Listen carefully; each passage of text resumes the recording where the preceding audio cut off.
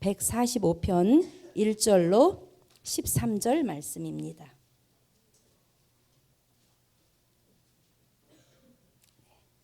제가 봉독해 드리겠습니다. 왕이신 나의 하나님이여, 내가 주를 높이고 영원히 주의 이름을 송축하리이다. 내가 날마다 주를 송축하며 영원히 주의 이름을 송축하리이다. 여호와는 위대하시니 크게 찬양할 것이라. 그의 위대하심을 측량하지 못하리로다. 대대로 주께서 행하시는 일을 크게 찬양하며 주의 능한 일을 선포하리로다. 주의 존귀하고 영광스러운 위엄과 주의 기이한 일들을 나는 작은 소리로 읊조리리이다. 사람들은 주의 두려운 일의 권능을 말할 것이요, 나도 주의 위대하심을 선포하리이다. 그들이 주의 크신 은혜를 기념하여 말하며 주의 의를 노래하리이다. 여호와는 은혜로우시며 긍휼이 많으시며 노하기를 더디하시며 인자하심이 크시도다. 여호와께서는 모든 것을 선대하시며 그 지으신 모든 것에 긍휼을 베푸시는도다. 여호와여, 주께서 지으신 모든 것들이 주께 감사하며 주의 성도들이 주를 송축하리이다. 그들이 주의 나라의 영광을 말하며 주의 업적을 일러서 주의 업적과 주의 나라의 위엄 있는 영광을 인생들에게 알게 하리이다. 주의 나라는 영원한 나라이니 주의 통치는 대대에 이르리이다. 아멘. 오늘 이제 김재구 교수님 나오셔서 우리 시편과 함께 떠나는 신앙여정 세 번째 시간, 왕이신 나의 하나님 이제 설교해 주실 텐데요. 다른 교회에서는요, 선한 목자교회에서는 우리 교수님 설교를요, 저희가 이렇게 무료로 듣지 않고요, 유료로 선착순 마감해서 들어요. 여러분 모르셨지요? 그래서 저희는 이렇게 정말 교수님 설교를 또 이렇게 무료로 들을 수 있는 영광스러운 기회에 오신 여러분들을 환영하며 우리 교수님 나오실 때 감사합니다. 큰 박수로 맞이하시겠습니다.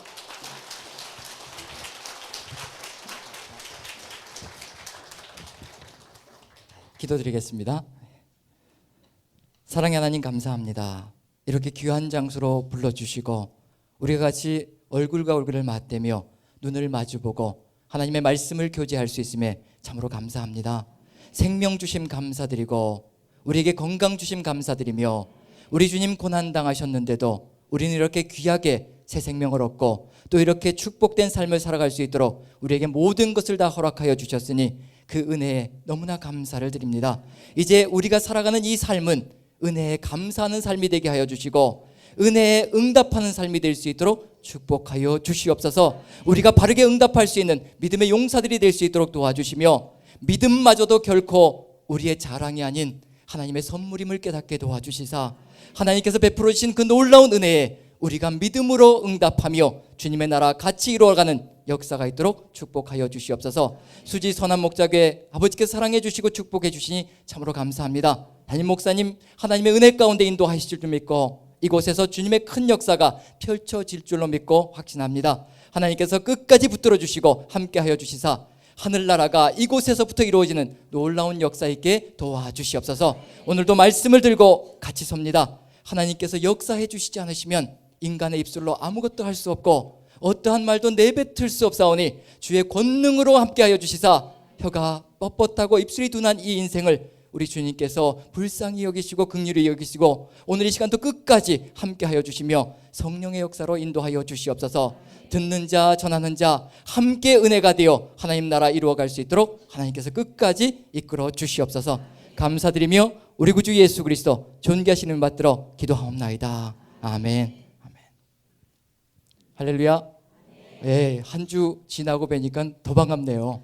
그렇죠? 여러분들은 어떠실지 모르겠지만 저는 이게 한 주가 좀 빠진 것이, 물론 고난 주간이어서 빠졌지만 좀 아쉬운 마음이 있습니다. 이렇게 끊어졌다가 다시 연결시키려면 또 쉽지 않으니까 어쨌든 이렇게들 많이들 또 와주셔서 감사드리고요. 또 이제 고문이 시작되니까 기대하시고요. 저저번 주에 약속드렸듯이 저저번 주에는 시편 전체를 우리의 신앙의 여정으로 놓고 찬찬히 우리의 신앙 여정이 어떻게 흘러가야 될 것이며 결국 어디에서 마감되어져야 될 것인가, 그리고 이 신앙의 여정을 하나님의 뜻 가운데 무너지지 않고 끝까지 완주할 수 있는 길은 어디에 있는가? 결국은 우리에게 있는 것이 아니라 하나님의 말씀 속에 있고 하나님께서 우리에게 주시는 능력 속에 있다는 것을 같이 살펴보았고요. 오늘은 정신없이 1편부터 150편까지 훑어가는데요. 이 시편 1편부터 150편까지 안에 이제 저번 주에는 신앙의 여정이었는데 이번에는 하나님께서 하나님의 백성에게 원하시는 역사는 무엇인가? 시편을 통하여 만들어 가시기를 원하시는 하나님의 백성의 역사는 도대체 무엇인가? 그럼 시편 속에도 역사가 있다는 얘기거든요. 역사가 있다는 얘기는 무슨 얘기냐면 우리의 기도와 찬양을 가지고 하나님의 놀라운 영원한 역사를 우리도 같이 만들어 갈 수 있는 축복이 주어져 있다는 얘기입니다. 그 과정이 어떻게 연결되어질 것이며 또 어떤 과정 속에서 나아갈 것인가를 한번 살펴봐야 될 필요가 있을 것 같아요. 뭐부터 시작할 것이냐면 자, 시편의 1편부터 150편까지인데 시편의 제목이 있습니다. 1편부터 150편까지 150개의 시편인데요. 각각의 장르가 다릅니다. 장르가 다르다는 얘기는 뭐냐면 스타일이 다르다는 얘기예요. 주로 전반부에 휩쓸고 있는 스타일이 뭐냐면 1편부터 75편까지 절반적으로 나눠서요. 1편부터 75편까지 76편부터 150편까지 전반부에 주로 꽉 차 있는 주로 전체적으로 감싸고 있는 스타일은 뭘까요? 가장 많이 등장하는 종류의 시편 1편부터 75편까지 그렇게 이제 누누이 부탁을 드렸는데 한 주 이제 쉬니까 물론 고난 주간이셨죠. 고난에 동참하시느라고 지금 사색이 되신 분들도 많으실 것 같은데 그럼에도 불구하고 시편을 좀 150편까지 읽자라고 말씀을 드렸는데 늘 이제 그건 그냥 그거고 우리 삶은 또 따로 있고 그렇죠? 자, 1편부터 75편까지 쭉 통독하면서 나가다 보면 이런 내용의 시편이 거의 주류를 이루고 있습니다. 거의 70% 정도를 차지하고 있어요. 뭐냐 하면 탄식시입니다. 탄식시. 근데 후반부로 넘어가면 76편부터 150편으로 넘어가면 이제 탄식시가 30%로 확 줄어들고요. 찬양시와 감사시가 거의 70%로 회복이 되어집니다. 그런데 인생을 사노라면요 절대로 탄식 사라지는 법 없습니다. 절대로 그거 생각하시고 인생길 걸어가시며 신앙의 길을 걸어가신다면 그건 오해입니다. 우리가 평생 걸어가는 이 길목에서 절대로 우리 입술에서 탄식이 사라지는 경우는 없을 겁니다. 그걸 기대하고 계시다면 여기서 이제 이 좁은 길에서 뛰어내리셔야 합니다. 왜냐하면 저는 절대로 여러분들에게 그런 약속 드릴 수가 없고요. 어느 누구도 이 신앙의 여정을 걸어가면서 마지막 순간까지 탄식을 내뱉지 않는 사람은 없을 거란 얘기예요. 왜냐하면 사단이 우리를 붙들고 늘어지며 시험하는 것은요 마지막 순간까지거든요. 죽는 바로 그 순간까지. 이미 예수님의 시험 받는 것만 보아도 네가 하나님의 아들이거든 이 돌들이 떡덩이가 되게 하라. 네가 하나님의 아들이거든 성전 꼭대기에서 뛰어내리라. 근데 그게 어디까지 가느냐면요 십자가까지 가는 겁니다. 네가 하나님의 아들이거든 뛰어내려. 너부터 구원해봐라. 사단의 시험은요 죽을 때까지 숨이 끊어지는 그 순간까지 가는 겁니다. 그런데 중요한 것은 뭐냐면 점점 인생길을 걸어가면서 누가 용감해지고 씩씩해지느냐면 우리가 용감해지고 씩씩해지는 거예요. 나중에는 사단의 그 말이 귓등으로도 들리지 않습니다. 그게 거짓이라는 걸 이미 알기 때문에 이미 이제 팽개칠 준비가 다 돼 있고요. 처음에는 유혹되어졌지만 이제 죽음의 직전까지 갔을 때는 이제 사단의 말은 우리에게 유혹거리도 아닌 겁니다. 우리가 변해가는 거고요. 우리가 강해지는 겁니다. 그럼 여기서도 30% 정도는 탄식시가 나오게 되어 있습니다. 하지만 중요한 건 뭐냐면 우리의 삶을 지배할 수가 없다는 얘기예요. 전반부에서는 시작에서는 우리의 삶을 탄식시가 고통이 절망이 좌절이 우리의 삶을 지배하는 듯하지만 우리가 하나님의 뜻 가운데 끊임없이 하나님만 바라보며 걸어갈 때 결국 우리 입술에서 나오는 탄식도 우리의 삶을 지배하지 못하고 결국은 굴복하고 말 것이라는 것. 그래서 결국은 찬양시의 모든 것이 내어지고 있다는 얘기입니다. 그럼 이제 시편의 제목을 제가 한번 적어볼 테니까요. 한번 읽어보시기 바랍니다.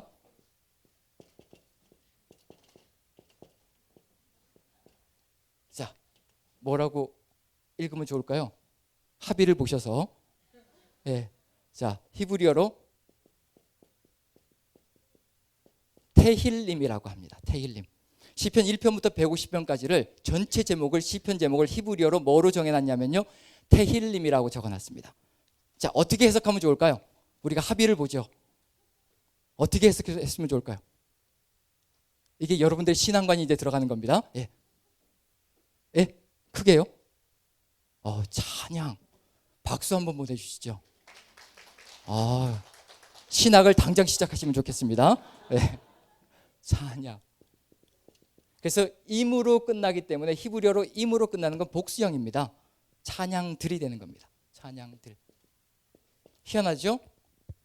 1편부터 150편까지는 탄식시가 전반부에는 거의 70%를 차지하고 있거든요.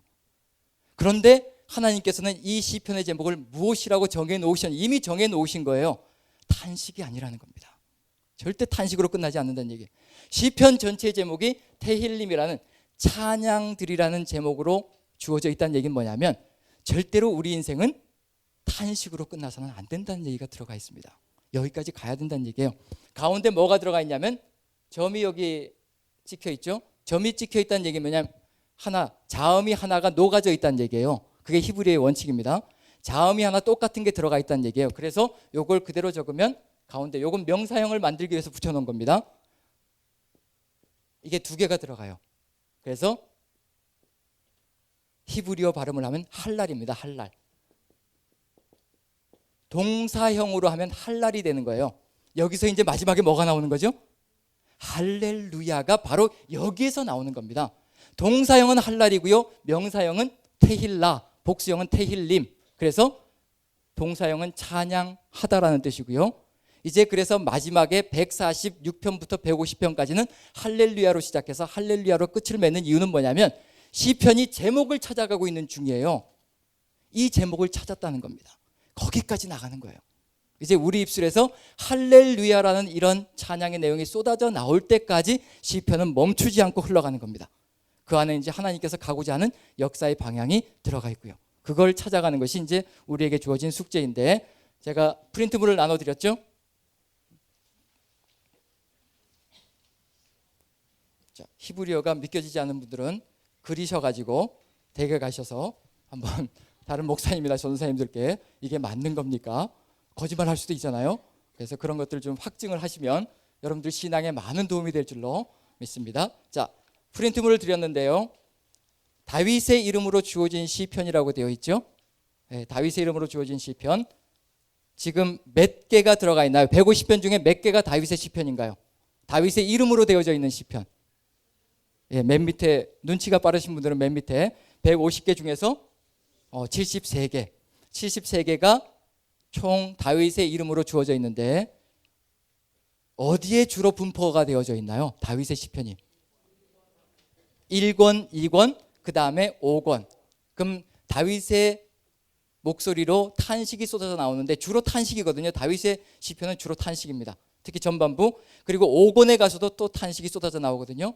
근데 이게 분리를 시켜놨습니다. 의도적으로. 근데 가운데 3권, 4권에는 거의 다윗의 시편이 없습니다. 여기 한 편이 들어가 있고 두 편이 들어가 있는데 적재적소에 집어넣습니다. 다윗의 시편이 들어가서 거기에 들어가서 뭔가 주고자 하는 메시지가 있다는 얘기예요. 그래서 3권과 4권에는 적재적소에 다윗의 시편이 한두 개 붙어져서 들어가고요. 그 다음에 1권, 2권과 5권에 다윗의 시편이 주로 분포가 되어 있는데 주로 어디에 다 들어가 있냐면 1, 2권에 다 들어가 있습니다. 1권, 2권에 다윗의 시편이 몇 개가 들어가 있냐면 총 55개, 72개 중에서 55개가 다윗의 시편으로 들어가 있습니다. 그럼 1, 2권 안에는 주로 누구의 시편이 탄식과 기도가 다 들어가 있냐면 여기는 다윗의 찬양도 들어가 있고요, 감사도 들어가 있고 다 그렇습니다. 근데 주로 이제 탄식이 들어가 있는데 72개 중에서 55개가 다윗의 이름으로 주어져 있습니다. 자, 그리고 이제 이 안에는 1, 2권 안에는 밑에 이제 다윗의 구체적인 삶과 연관된 제목을 가진 시편 13개가 들어가 있죠. 사무엘서와 연결시켜 보면 이런 제목들이 왜 나와 있는지를 알 수가 있습니다. 그럼 이제 사무엘서에서 실제 다윗이 살아갔던 이야기와 무엇과 연관을 시켜 볼 수 있어야 되느냐면 여기 시편과 연관을 시켜 볼 수 있어야 합니다.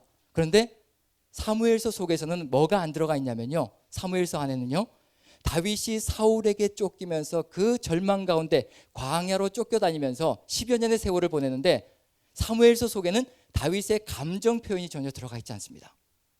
쫓겨다니면서 얼마나 절박하게 울부짖고 부르짖었는지 그게 사무엘서 속에는 안 들어가 있다는 얘기예요.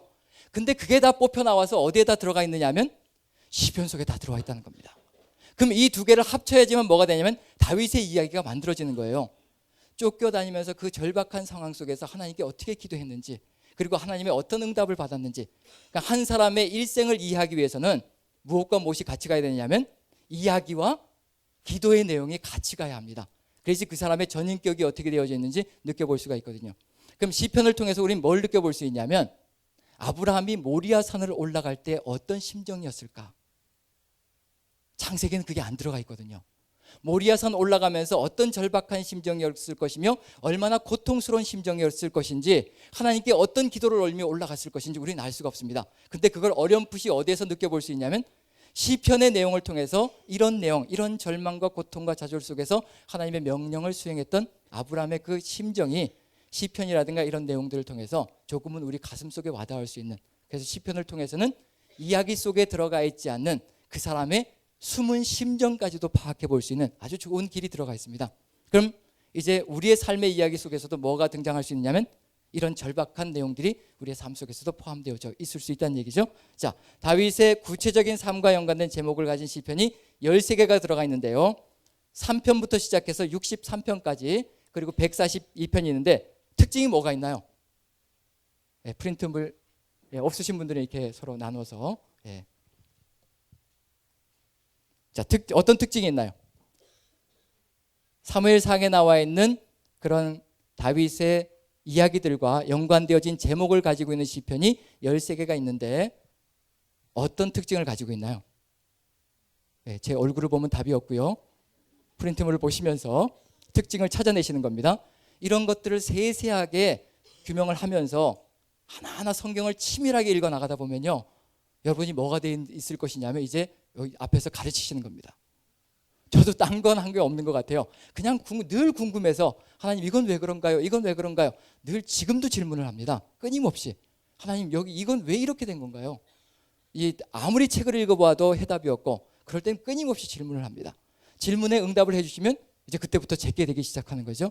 그러다 보면 이제 가르칠 때 확신이 생기고 신념 가운데 전할 수가 있는 거고요. 그래서 여러분들에게도 부탁드리는 것은 읽으시면서 치밀하게 하나님 한 토시도 놓치지 마시고요.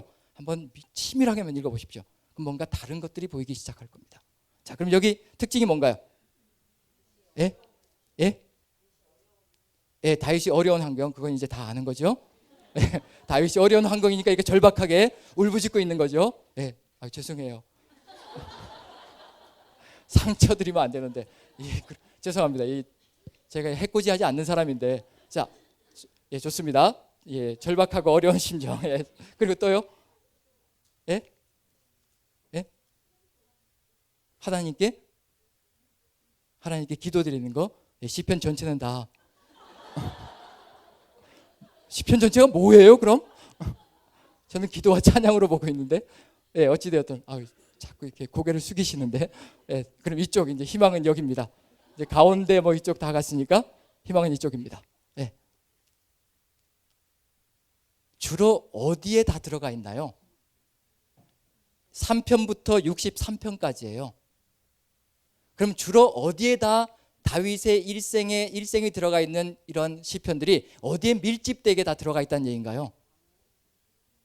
아니, 여기 보시고 해답은 다 칠판에 있는데 1, 2권 안에 다 들어가, 한 편만 바깥으로 나가 있습니다. 142편만 바깥으로 나가 있고요. 이건 제 5권에 들어가 있는 거고요. 아마 그것도 의미가 있을 겁니다. 왜 5권에 이게 또 들어가 있는 것인지, 그건 나중에 1권부터 시작해서 한 편씩 이렇게 할 때마다 이제 그런 것들은 좀 설명이 될 부분이 되겠고요. 자, 1, 2권 안에 다 밀집되어져 있습니다.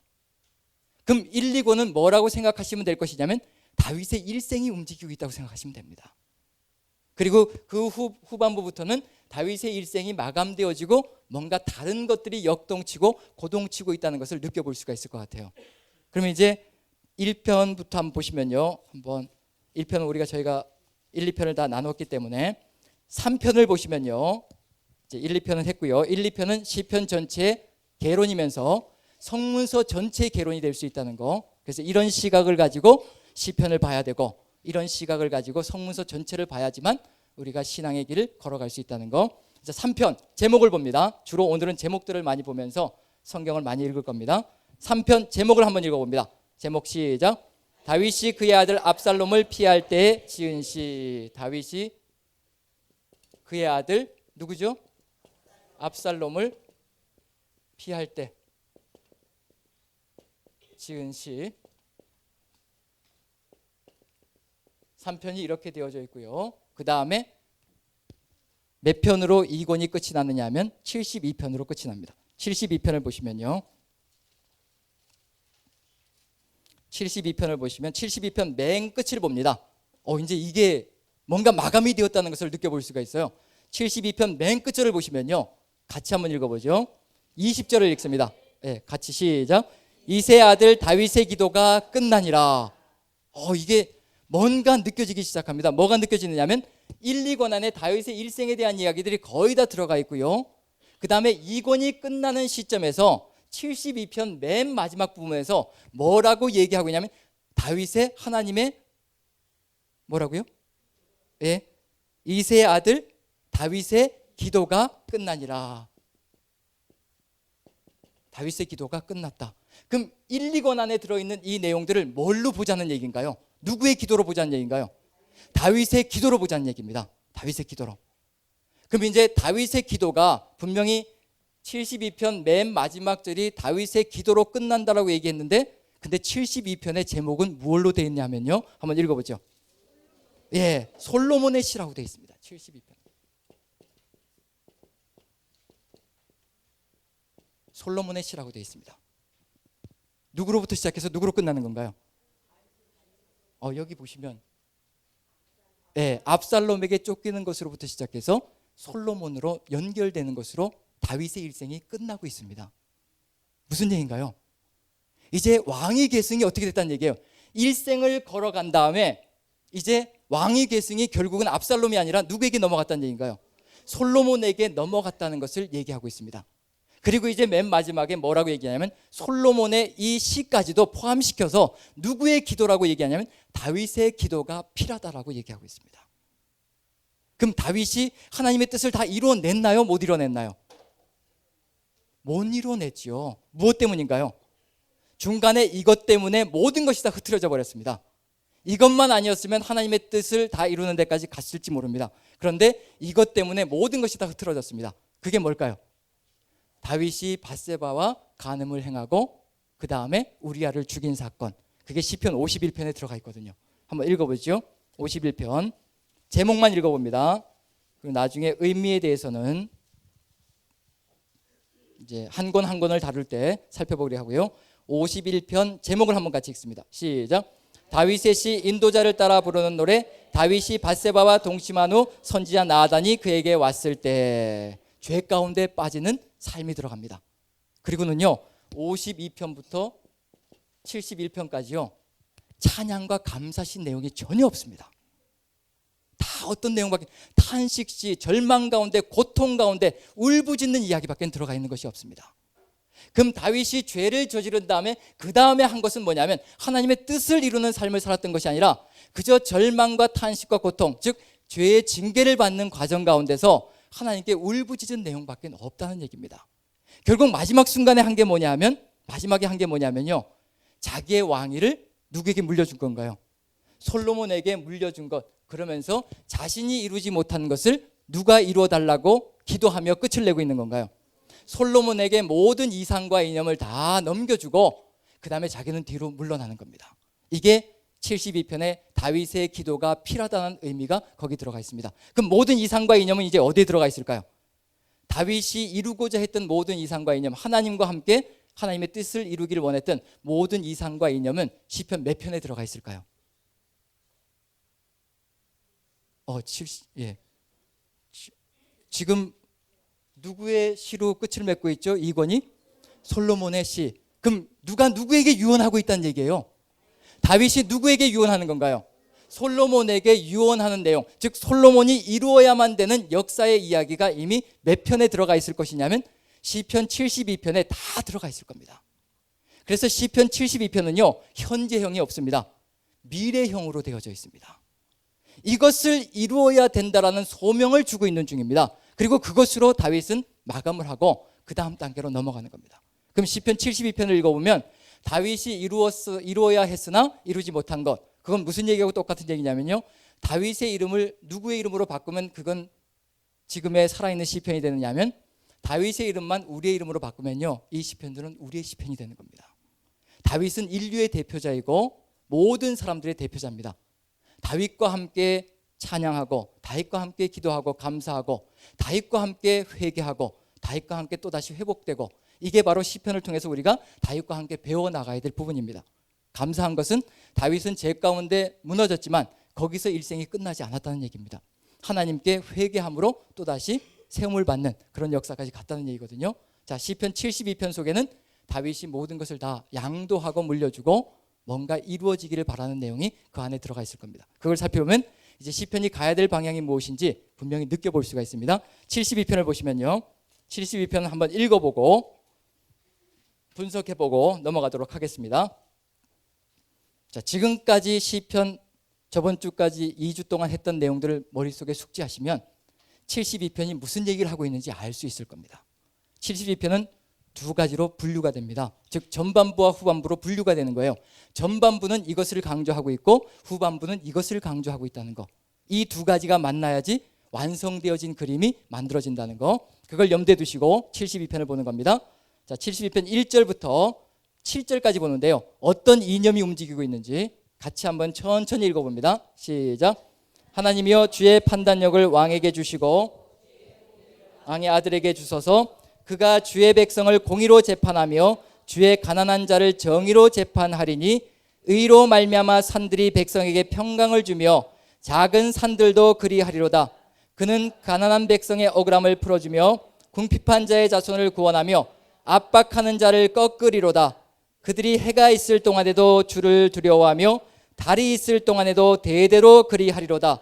그는 뱀풀 위에 내리는 비같이 땅을 적시는 소낙비같이 내리리니 그의 날에 의인이 흥황하여 평강의 풍성함이 달이 다할 때까지 이르리로다. 여기까지가 전반부입니다. 자, 전반부 어떤 내용으로 가득 들어차 있나요? 예, 공의. 그 다음에 정의도 나오겠죠. 그 다음에요, 주의 판단. 그 다음에 악인들은 어떻게 되죠? 악인들은 어떻게 되나요? 몇 절을 보시냐면 4절을 보시면 그가 가난한 백성의 억울함을 풀어주며 궁핍한 자의 자손을 구원하며 압박하는 자를 꺾으리로다. 악인들은 어떻게 된다고요? 꺾어버리는 겁니다. 악인들은 꺾어버리고 의인들은 어떻게 되나요? 흥왕합니다. 흥왕. 자, 이 정도만 나오면 이제 뭐가 움직이고 있는지 대충 느낌이 오실 텐데 뭔가요? 고개를 끄덕끄덕 하신 분들, 예? 자, 정의와 공의는 무엇이 있어야지 이루어낼 수 있나요? 예, 지혜. 예, 좋습니다. 시편 계속 지금까지 이제 말씀 바로 그것이죠. 예, 목사님 감사합니다. 말씀 이것을 시편에 나오는 용어로 바꾸면요, 여호와의 율법을 주야로 묵상할 때, 여기 보시면 있잖아요. 5절 보시면 그들이 해가 있을 동안에 낮이거든요.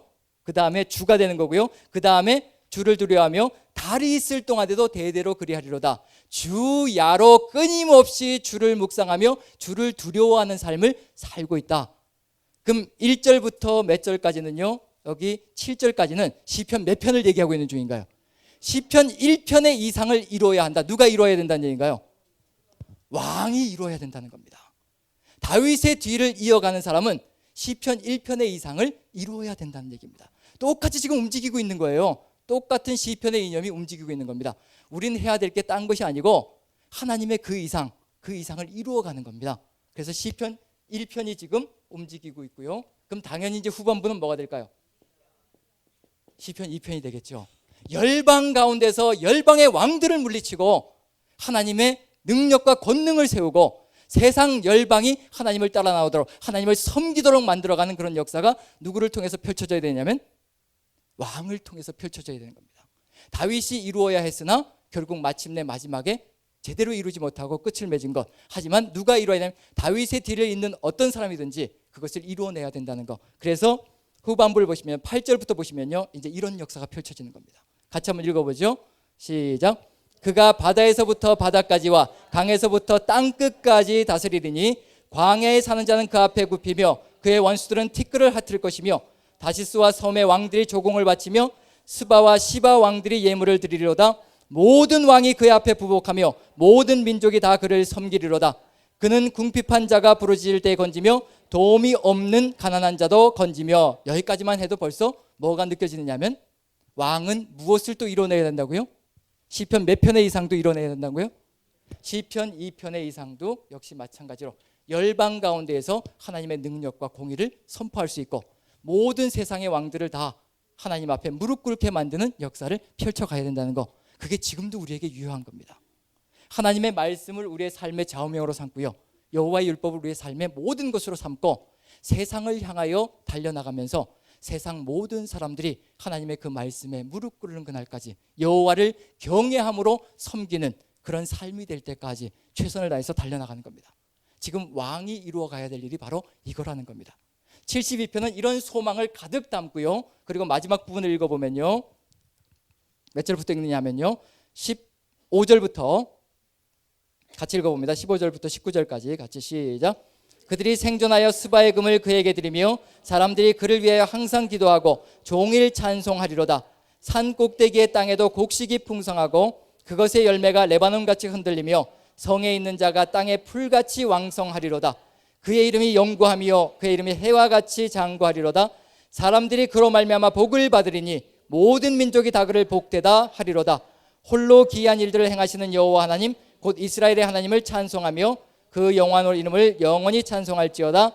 온 땅에 그의 영광이 충만할지어다. 아멘 아멘. 모든 것이 다 미래형으로 되어 있습니다. 이런 일들이 이루어져야만 될 것이라, 모든 민족들이 복을 누리는 그 순간까지 달려가야 될 것이라, 그게 지금 시편 72편의 이념으로 들어가 있습니다. 그럼 이제 이 이념과 이상이 시편 1편과 2편이 그대로 삶 속에서 실현되어지고 민족의 삶 속에서 세계 열방의 삶 속에서 이게 실현되어져야 된다는 것이 이제 이념으로 남아있거든요. 그럼 이제 이것은 어디에서 이루어져야 될까요? 네, 솔로몬의 삶 속에서. 그럼 시편 몇 권에서 이루어져야 되는 건가요? 몇 권이죠?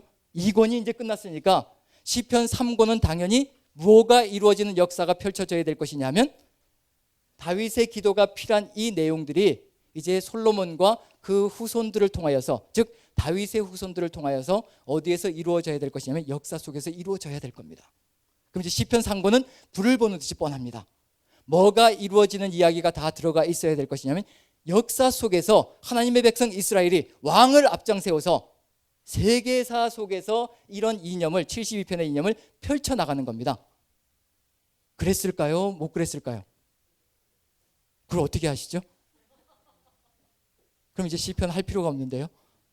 왜 그랬을까요? 만약에 이게 다 성취되어졌다면 3권에서 다 이게 다 성취되어졌다면 뭐가 필요 없는 건가요? 4권, 5권은 필요가 없는 거예요. 필요가 없는 겁니다. 그런데 3권에서 시편이 끝이 나지 않고 4권, 5권이 존재하고 있다는 얘기는 무슨 얘기냐면 뭔가 3권에서 실현되어지지 않은 이상이 있다는 얘기입니다. 실제 역사 속에서 뭔가 이루어지지 않은 상황들이 있다는 얘기예요. 우리는 이미 역사를 알고 있죠. 이스라엘 역사를 알고 있습니다. 그 역사와 더불어서 살펴보면 시편 3권에는 뭐가 잔뜩 들어가 있을 것이냐면 시편 1권, 2권에도 거의 없고요, 4권, 5권에도 거의 없지만 3권 속에는요, 어쩌면 그렇게도 실제 역사의 내용들이 많이 들어가 있는지, 그건 무슨 얘기냐면 실제 역사 속에서 어떤 일이 벌어졌는지를 보여주고 있는 중입니다.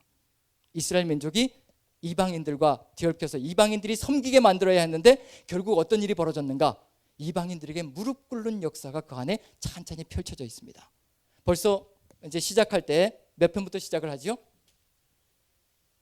예, 그런 거라도 좀 잘 좀 대답해 주시면 제가 힘을 내서 그냥 무슨 개미가 기어가는 것 같은 목소리로 그러시면, 제가 목소리를 계속 높이는 이유가 뭐냐면요, 여러분들 목소리가 작기 때문에 제가 높이는 거예요. 그럼 이제 집에 가면 소리가 나는 거예요. 여러분들이 응답을 정말 기쁘게 감사하게 강력하게 응답을 보내면요, 저도 신이 나서 하는 겁니다. 목사님도 마찬가지시죠? 예, 목사님이 지금 많이 아프셔요. 예, 기도를 좀 많이 하셔야 될 것 같습니다. 예, 오늘 저하고 식사하시는데 저만 열심히 먹었어요. 예, 꼭 제가 동물이 된 것 같은 그런 아주 굉장히 죄송한 마음이 들었는데, 예, 어쨌든 목사님을 위해서 열심히 기도해 주시면 감사하겠습니다. 자, 72편이 끝나면서 3권이 몇 편부터 시작하냐면 73편부터, 예, 감사합니다. 이미 다 알고 있어요. 예, 73편부터 시작하고 있습니다. 근데 73편은 이미 저희가 저번 주에 나눴죠. 내용이 어떤가요? 누가 흥황하는 것으로요? 의인이 잘 되어야 하는데 악인이 흥황하는 것으로 총 내용들이 집결되어지고 있다는 것. 그럼 뭔가 조짐이 좋지 않다는 것을 느껴볼 수가 있습니다. 어째서 이런 세상이 만들어지고 있는 것인가? 실제 역사 속에서 지금 무슨 일이 벌어지고 있는 것인가? 73편은 단순히 한 개인의 삶 속에서 벌어지는 것을 이야기할 수도 있겠지만, 그것보다는 더 크게는 이스라엘 민족 역사 속에서 펼쳐지고 있는 일들일 수도 있습니다. 이방인들이 잘 되고 하나님의 백성이 자꾸 무너지는 겁니다. 그럼 그 이유도 분명히 있을 거예요. 73편부터 4편부터 해답이 들어가 있습니다. 같이 한번 읽어보죠. 74편 같이 한번 읽어봅니다. 몇 절까지 읽느냐면요, 11절까지 읽는데 제가 한 절 읽고 여러분들이 한 절 읽고 교독을 합니다. 제가 먼저 읽습니다.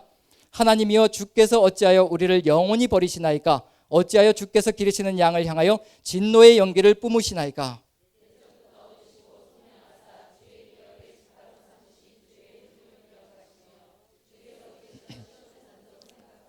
영구히 파멸된 곳을 향하여 주의 발을 옮겨 놓으소서. 원수가 성소에서 모든 악을 행하였나이다.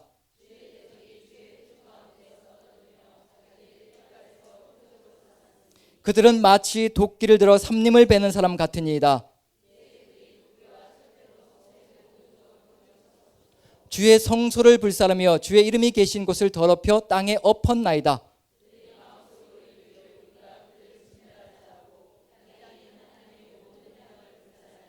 우리의 표적은 보이지 아니하며 선지자도 더 이상 없으며 이런 일이 얼마나 오렐런지 우리 중에 아는 자도 없나이다.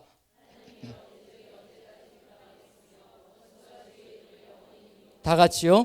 주께서 어찌하여 주의 손 곧 주의 오른손을 거두시나이까? 주의 품에서 손을 빼내시어 그들을 멸하소서. 지금 무슨 일이 벌어졌나요? 왜 73편 같은 탄식이 쏟아져 나오고 있나요?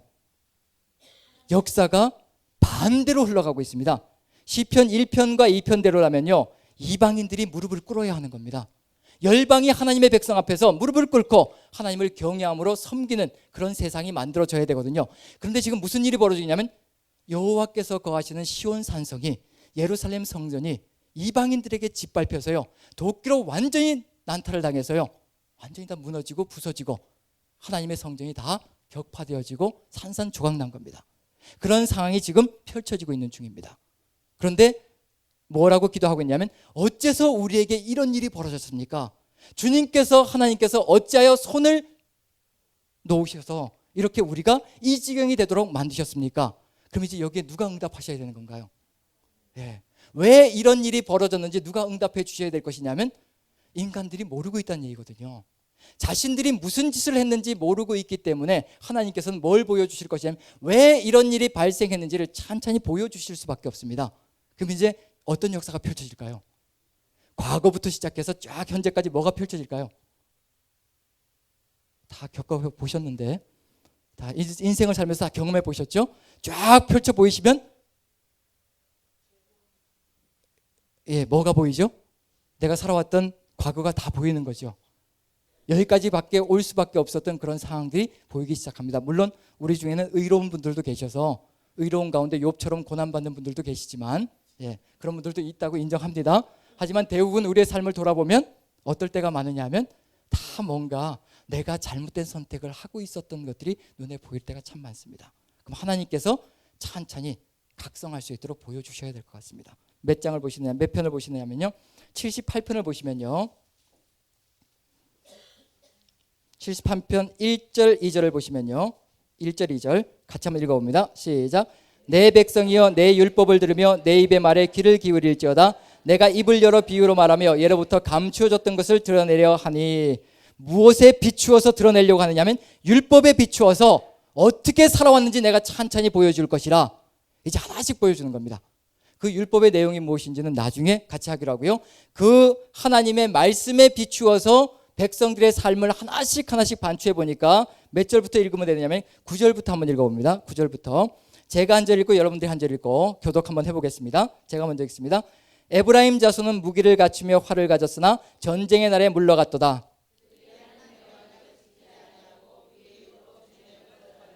여호와께서 행하신 것과 그들에게 보이신 그의 기이한 일을 잊었도다.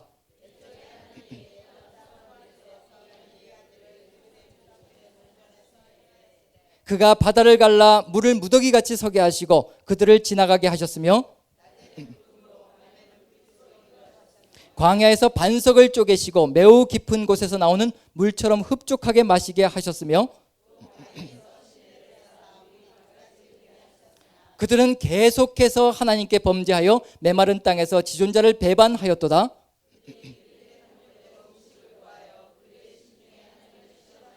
그뿐 아니라 하나님을 대적하여 말하기를 하나님이 광야에서 식탁을 베푸실 수 있으랴.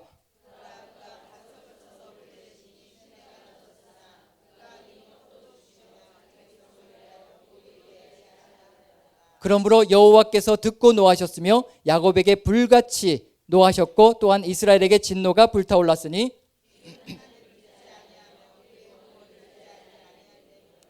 어디서부터 시작하고 계신가요?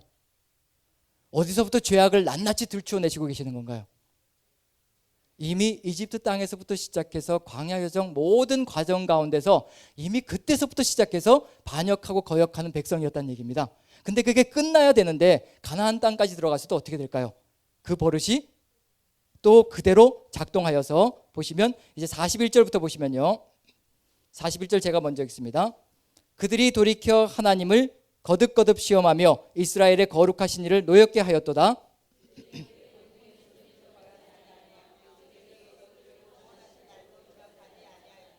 그때 하나님이 애굽에서 그의 표적들을 소환들에서 그 징조를 나타내사 이건 이제 10가지 재앙 가운데서 주셨는데도 불구하고 믿지 못했던 것. 그래서 52절부터 봅니다. 제가 52절 읽습니다. 시작. 그가 자기 백성은 양같이 인도하여 내시고 광야에서 양떼같이 지도하셨도다.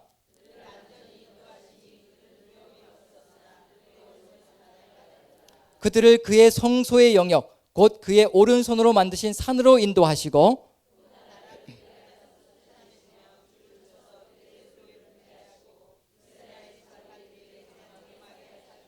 그러나 그들은 지존하신 하나님을 시험하고 반항하여 그의 명령을 지키지 아니하며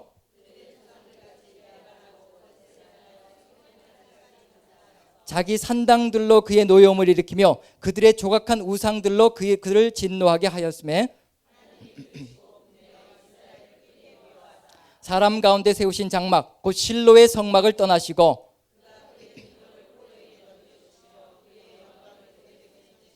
그가 그의 소유 때문에 분내사 그의 백성을 칼에 넘기셨으니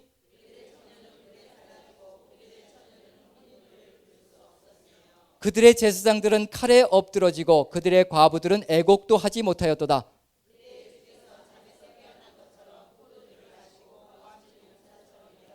그의 대적들을 처음 물리쳐서 영원히 그들에게 욕되게 하셨도다. 여기까지만요. 지금 어디를 파괴하신 내용이 들어가 있나요? 애굽에서부터 쭉 거역하면서 왔는데 지금 결국 그것 때문에 어디를 파괴하신 내용이 들어가냐면 실로 성소를 파괴하시고 그 다음에 또 누구를 버리셨다고요? 맨 마지막 47절 보면요. 이스라엘 요셉의 장막을 버리시며 에브라임 지파 요셉의 장막 그 다음에 에브라임 지파를 버렸다라고 얘기합니다. 버렸다라고 얘기합니다. 그럼 여기는 이제 누가 관계된 건가요? 실로 성소가 있던 곳, 그 다음에 에브라임 지파가 주축이 된 곳, 어느 쪽인가요? 이제 역사 속에서 이렇게 이러시면 곤란한데 시편도 안 읽으셨고 역사도 잘 모르시고 왜냐하면 모든 것을 다 알고 있을 때 시편도 우리 것이 되기가 쉽습니다. 왜냐하면 이 속에 다 흘러가고 있기 때문에요. 자, 이 속에는 북이스라엘에 대한 이야기가 들어가 있습니다. 북이스라엘. 먼저 어디부터 보여주시냐면요, 북이스라엘이 왜 먼저 망할 수밖에 없었는지 천천히 보여주시는 겁니다. 누가 먼저 망한 건가요? 북이스라엘부터, 즉 에브라임 지파가 주축이 된 북이스라엘부터 먼저 포로가 되어서 쫓겨납니다. 그 땅에서. 그럼 이제 그 다음에 누구에게 희망을 두실까요? 북이스라엘이 사라진 다음에 남유다에게 희망을 두시겠죠. 그래서 하나님께서 누구를 선택하셨다라고 그 밑에 나와 있습니다. 이제 이곳이 희망이기 때문에 그렇습니다. 68절부터 72절까지 같이 한번 읽어봅니다. 같이 시작. 오직 유다 지파와 그가 사랑하시는 시온산을 택하시며 그의 성소를 산의 높음같이 영원히 두신 땅같이 지으셨도다.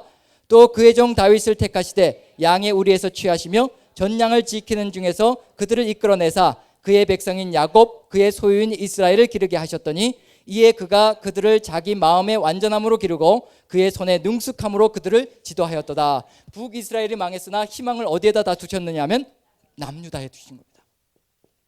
역사가 이렇게 흘러가고 있는 중입니다. 그럼 이제 누가 하나님의 뜻을 이루어야 된다는 얘기인가요? 이제 북이스라엘은 망해서 없어졌으니 남유다가 이제 하나님의 그 뜻을 이루어야 될 사명이 주어져 있다는 겁니다. 그런데 이제 그 밑에 읽어보면, 그 다음 편을 읽어보면요, 이런 현상이 벌어졌습니다. 79편 1절부터 10절까지만 읽어보면 여기도 역시 똑같은 일이 벌어졌습니다. 같이 한번, 제가 한 절 읽고 여러분들이 한 절 읽고, 제가 먼저 읽습니다.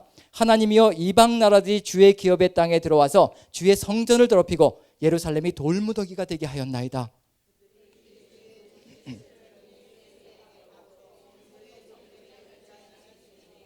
그들의 피를 예루살렘 사방에 물같이 흘렸으나 그들을 매장하는 자가 없었나이다.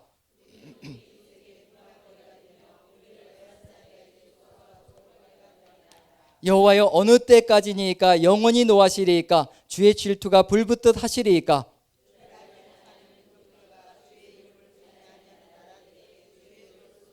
그들이 야곱을 삼키고 그의 거처를 황폐하게 함이니이다.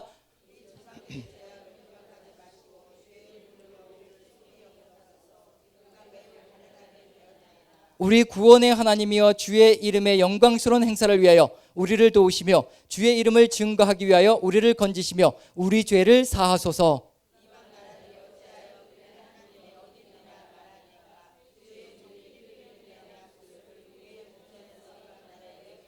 예, 아멘. 이방 나라들이 무엇을 선포하느냐 하면 니네 하나님이 어디 있느냐, 니네 하나님이 있다면 니네들이 이렇게 망하고 우리에게 끌려와서 이렇게 살 수 있겠느냐, 얼마나 변변치 않은 하나님이면 우리 신보다도 못한 신을 너희가 믿고 살아가느냐. 포로가 되었을 때요, 갖은 조롱과 조소를 다 겪었습니다. 흡사 우리가 살아가는 삶의 정황과 같다는 얘기거든요. 세상 사람들과 어울려 살아갈 때요, 우리를 조롱합니다. 야, 니네 하나님이 계신데 왜 그렇게 사냐, 왜 그 정도밖에 안 되냐, 교회는 왜 그 정도밖에 안 되냐. 끊임없이 세상 사람들이 우리를 향하여 무엇을 날리면 멸시와 조롱의 말들을 던집니다. 하나님이 계시다면 세상에 어떻게 이런 판이 될 수가 있느냐. 근데 결국은 그것이 누구로 인하여 생기는 잘못들이냐 하면 하나님의 백성이 제 역할을 하지 못할 때 세상 사람들이 큰 소리를 치기 시작합니다. 너의 하나님이 어디 있느냐. 그럼 우리는 대답할 말이 없습니다. 그저 눈물을 흘리면서 훌쩍거릴 수밖에 없습니다. 변명할 말도 없습니다. 왜냐하면 변명의 여지가 없기 때문에. 세상판이 이렇게 되는데 교회도 일조를 하고 있기 때문에 변명의 여지가 없거든요.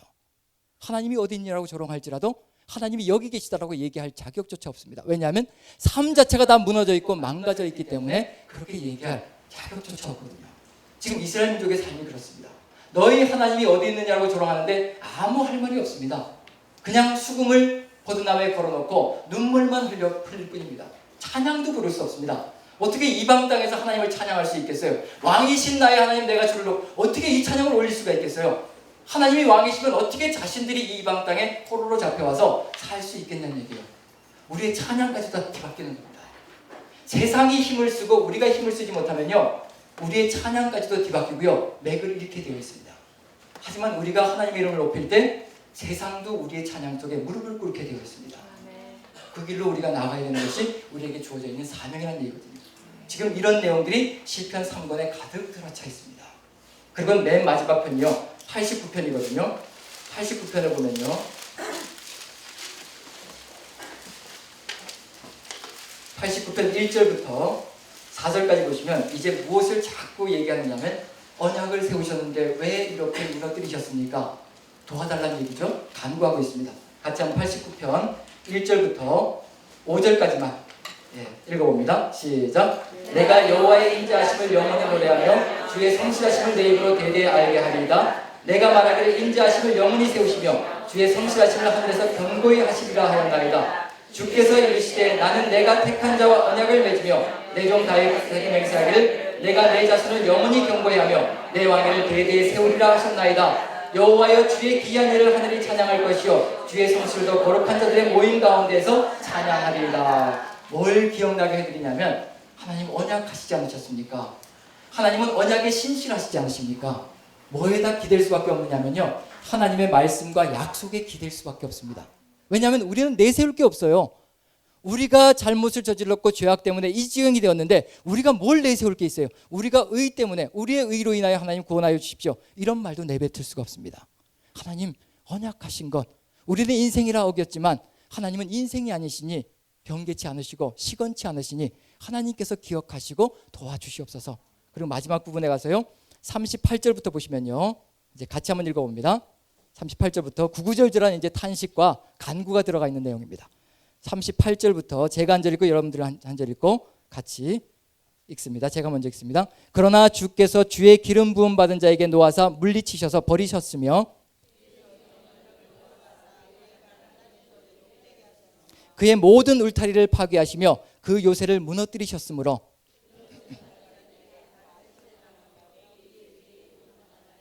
주께서 그의 대적들의 오른손을 높이시고 그들의 모든 원수들은 기쁘게 하셨으나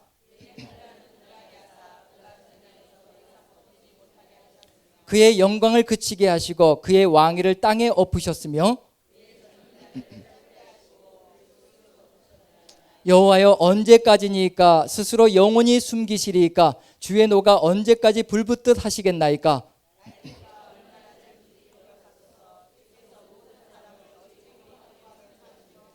누가 살아서 죽음을 보지 아니하고 자기의 영혼을 수월의 권세에서 건지리이까.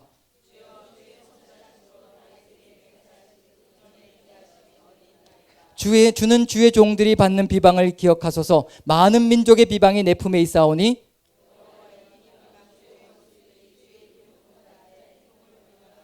다 같이요. 여호와를 영원히 찬송할지어다. 아멘 아멘.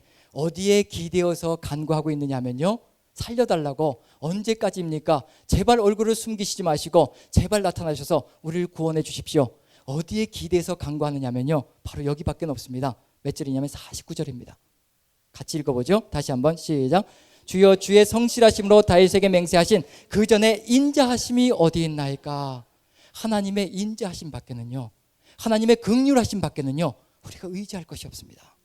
우리가 만약에 우리의 의를 내세우면서 내가 이렇게 살았으니 구원해 주시는 것이 당연한 것이 아닙니까? 라고 얘기한다면 우리는 이미 그리스도인이 아닌 겁니다. 우리는 이미 잘못된 길을 가고 있는 중입니다. 내 의가 뭐가 됐냐면 자랑이 된 겁니다.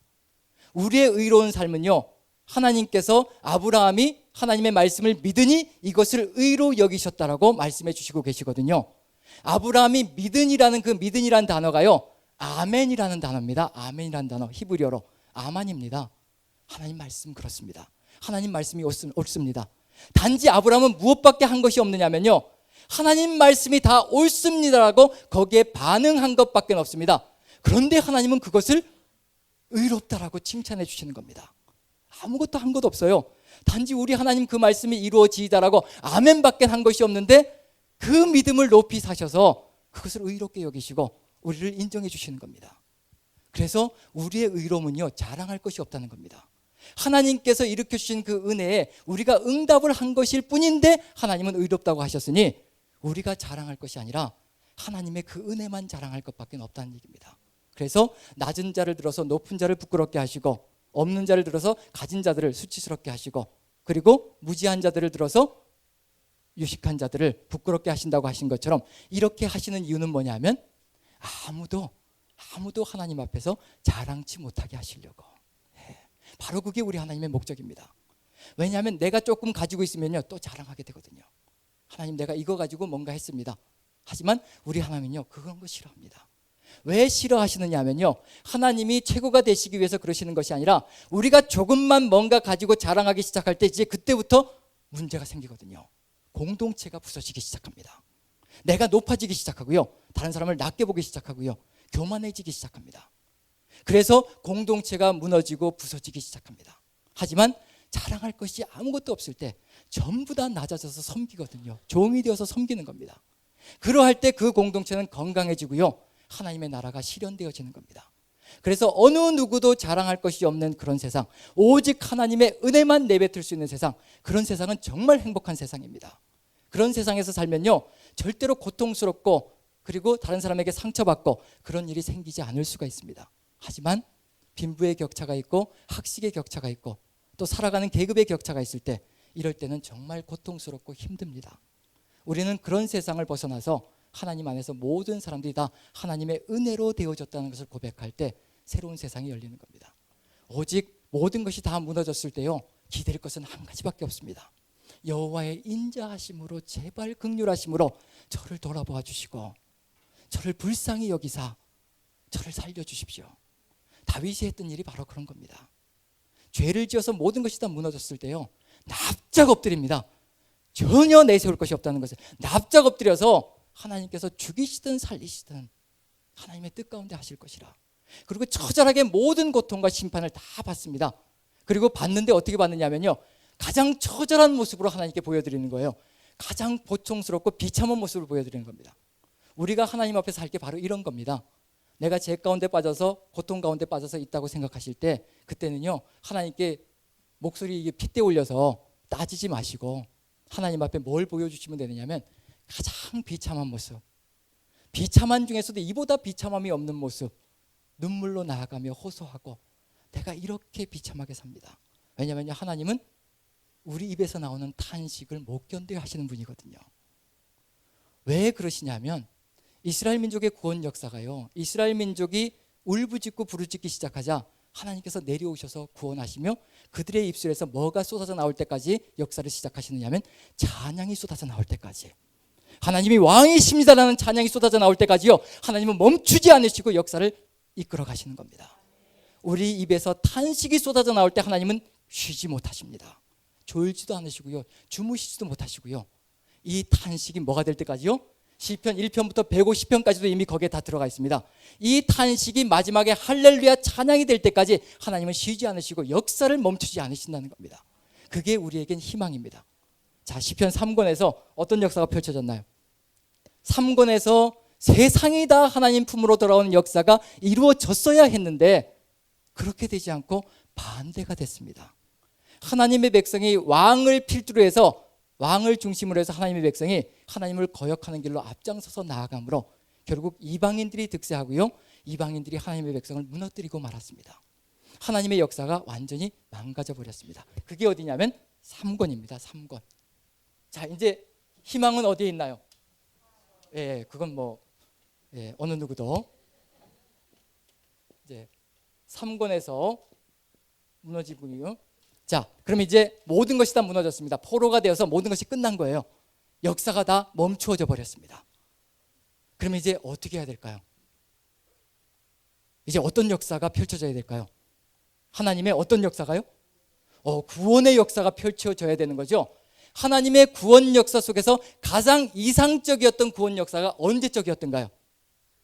출애굽의 대역사가 또 이제 어디에서 펼쳐져야 되는 건가요? 바벨론 땅에서 새 출애굽의 역사가 이제 펼쳐져야 되는 겁니다. 그러면 이제 제4권 첫 편이 몇 편이죠? 시편? 시편 90편입니다. 누구의 이름으로 되어 있나요? 모세의 기도로 되어 있는 이유가 뭘까요? 이제 뭐를 기대하기 시작한다는 얘기인가요? 옛날에 하나님께서 버리셨던 출애굽의 대역사가 이제 다시 또 우리의 삶 속에서 펼쳐지기를 원한다는 그런 소망이 가득 들어차 있는 겁니다. 누구를 앞세워서 시작하느냐면 하나님 모세를 기억하여 주시옵소서. 모세 시대를 아시지 않습니까? 하나님께서 모세 시대에 어떤 역사를 펼치셨는지 놀라운 구원 역사로 열방을 무너뜨리시고 이집트를 무너뜨리시고 하나님의 백성을 구원해내지 않으셨습니까? 이제 바벨론도 하나님께서 단칼에 치시고 우리를 구출해내시면 우리가 또 새로운 역사를 쓸 수 있을 것입니다. 4권이 누구부터 시작하느냐면 모세의 기도로 시작합니다. 그런데 모세라는 이름이 시편 속에서요 9번 등장하거든요. 시편 전체에서 모세라는 이름이 9번 나옵니다. 그런 것도 세어보면 이제 재밌어요. 9번 나오는데 8번이 어디에 나올까요? 9편에 90편에 나온다 그러면 이제 하나밖에 제목밖에 안 들어가 있는데 이러시면 곤란하고요. 너무 또 은혜 받으셔가지고 그냥 90편으로 다 몰아가시면 안 되고, 4권 안에 모세 이름이 8번이나 등장합니다. 모세 이름으로 시작해서 모세 이름으로 끝나고 있는 것이 시편 4권입니다. 모세의 어떤 특징 때문일까요? 한 번만 3권에 들어가 있어요. 3권에 들어가 있는 이유도 암시를 주고 있는 겁니다. 모세의 시대가 이루어지지 않으면 새 역사는 펼쳐질 수 없다는 것을 여기로 이끌고 가기 위해서 모세 이름이 한 번 등장합니다. 77편에. 그리고 4권에 모세 이름이 8번이나 등장하면서 모세의 시대를 재현하고자 하시는 하나님의 역사가 등장하기 시작합니다. 모세는 어떤 역사를 펼쳤던 사람인가요? 하나님과 함께. 2가지를 얘기할 수 있을 것 같아요. 2가지. 첫 번째, 두 번째. 자, 출애굽은 벌써 나왔고요. 장난치시면 안 됩니다. 시간이 없어요. 지금 52분입니다. 52분. 자, 모세 하면 생각나는 것. 자, 한번 보지요. 106편을 보시면 20절부터 이제 이스라엘 민족이 왜 망했는지 106편이 보여주는데요. 20절부터 이런 우상 숭배가 있었습니다. 20절부터 23절까지 같이 한번 읽어봅니다. 같이 시작. 자기 영광을 풀먹는 소의 형상으로 바꾸었도다. 애굽에서 큰 일을 행하신 그의 구원자 하나님을 그들이 잊었나니 그는 함의 땅에서 기사와 홍해에서 놀랄 만한 일을 행하신 이시로다. 그러므로 여호와께서 그들을 멸하리라 하였으나 그가 택하신 모세가 그 어려움 가운데서 그의 앞에 서서 그의 노를 돌이켜 멸하시지 아니하게 하셨도다. 모세의 어떤 특징인가요? 중보자의 역할을 보라는 얘기입니다. 모세가 다시 우리의 삶의 중보자가 되어주면 하나님께서 다시 우리의 삶을 이끌어 가시는 새 역사가 펼쳐질 수 있을 것이라. 모세는 중보자로 유명합니다. 이스라엘 민족이 광야에서 불순종하다가요 거의 죽다가 살아난 것이 2번입니다. 이제 다 죽일 것이라. 모세 너를 통해서 이제 큰 민족을 이룰 테니까 내가 이 민족을 다 쓸어버리고, 그때 모세가 하나님의 마음을 그대로 속에 받들어서 그건 죽이려고 하시는 것이 아니라, 왜냐하면 모세에게 왜 그런 얘기하게, 죽이시려면 모세에게 얘기 안 하고 하시면 되지 왜 모세에게 그 얘기 하시겠어요? 모세에게 그 얘기를 하신다는 얘기는 뭔가요?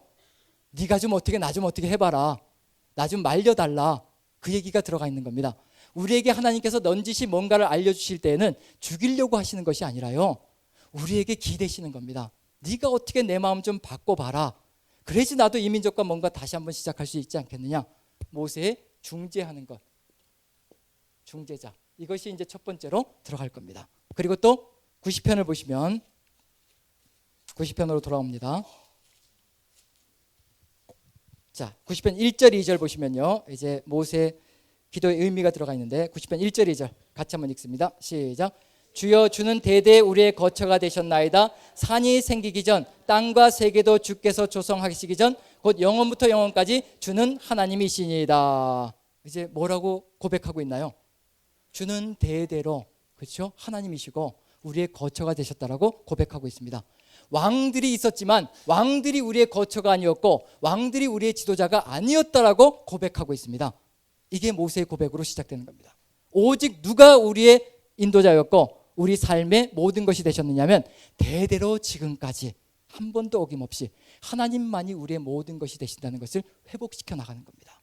이걸 회복하지 못하면요 새로 시작해도 아무 소용이 없습니다. 그리고 뭐라고 얘기하느냐면요 5절 6절 같이 한번 읽어봅니다. 우리 인생은 이 정도밖에 안 된다는 겁니다. 같이 시작. 주께서 그들을 홍수처럼 쓸어 가시나이다. 그들은 잠깐 자는 것 같으며 아침에 돋는 풀 같으니이다. 풀은 아침에 꽃이 피어 자라다가 저녁에는 시들어 마르나이다. 하나님과 인간을 비교해서 인간은 한순간밖에 안 됩니다. 우리가 왕들을 의지하지 않을 것이며 하나님만 의지하며 하나님만 대대로 우리의 거처가 되실 것을 고백합니다라는 그런 내용들이 들어가 있고요.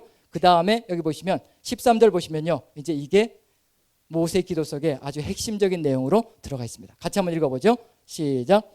여호와여 돌아오소서. 언제까지니까 주의 종들을 불쌍히 여기소서. 뭐라고 기도하고 있나요?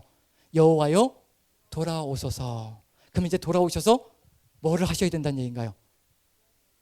구원해 주시는데 구원하시기 전에 뭐가 먼저 되셔야 되겠죠? 돌아오셔서 뭐가 되어 주셔야 되는 건가요? 그래서 시편 4권에는 이런 내용으로 가득 들어차 있습니다. 한번 읽어보지요. 몇 절을 읽느냐면요, 93편 1절. 돌아오셔서 이걸 해달라는 겁니다. 93편 1절 같이 읽습니다. 시작. 여호와께서 다스리시니 스스로 권위를 입으셨도다.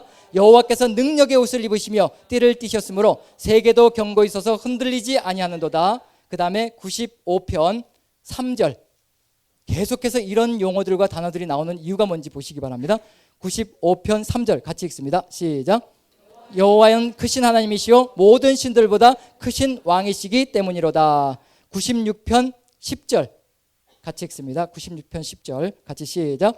모든 나라 가운데서 이르시기를 여호와께서 다스리시니 세계가 굳게 서고 흔들리지 않으리라. 그가 만민을 공평하게 심판하시리라 할지로다. 그 다음에 97편 1절 같이 읽습니다. 시작. 여호와께서 다스리시나니 땅은 즐거워하며 허다한 섬은 기뻐할지어다. 그 다음에 98편 6절 같이 시작. 나팔과 호각 소리로 왕이신 여호와 앞에 즐겁게 소리칠지어다. 99편 1절 같이 읽습니다. 시작. 여호와께서 다스리시니 만민이 떨 것이요 여호와께서 그룹 사이에 좌정하시니 땅이 흔들릴 것이로다.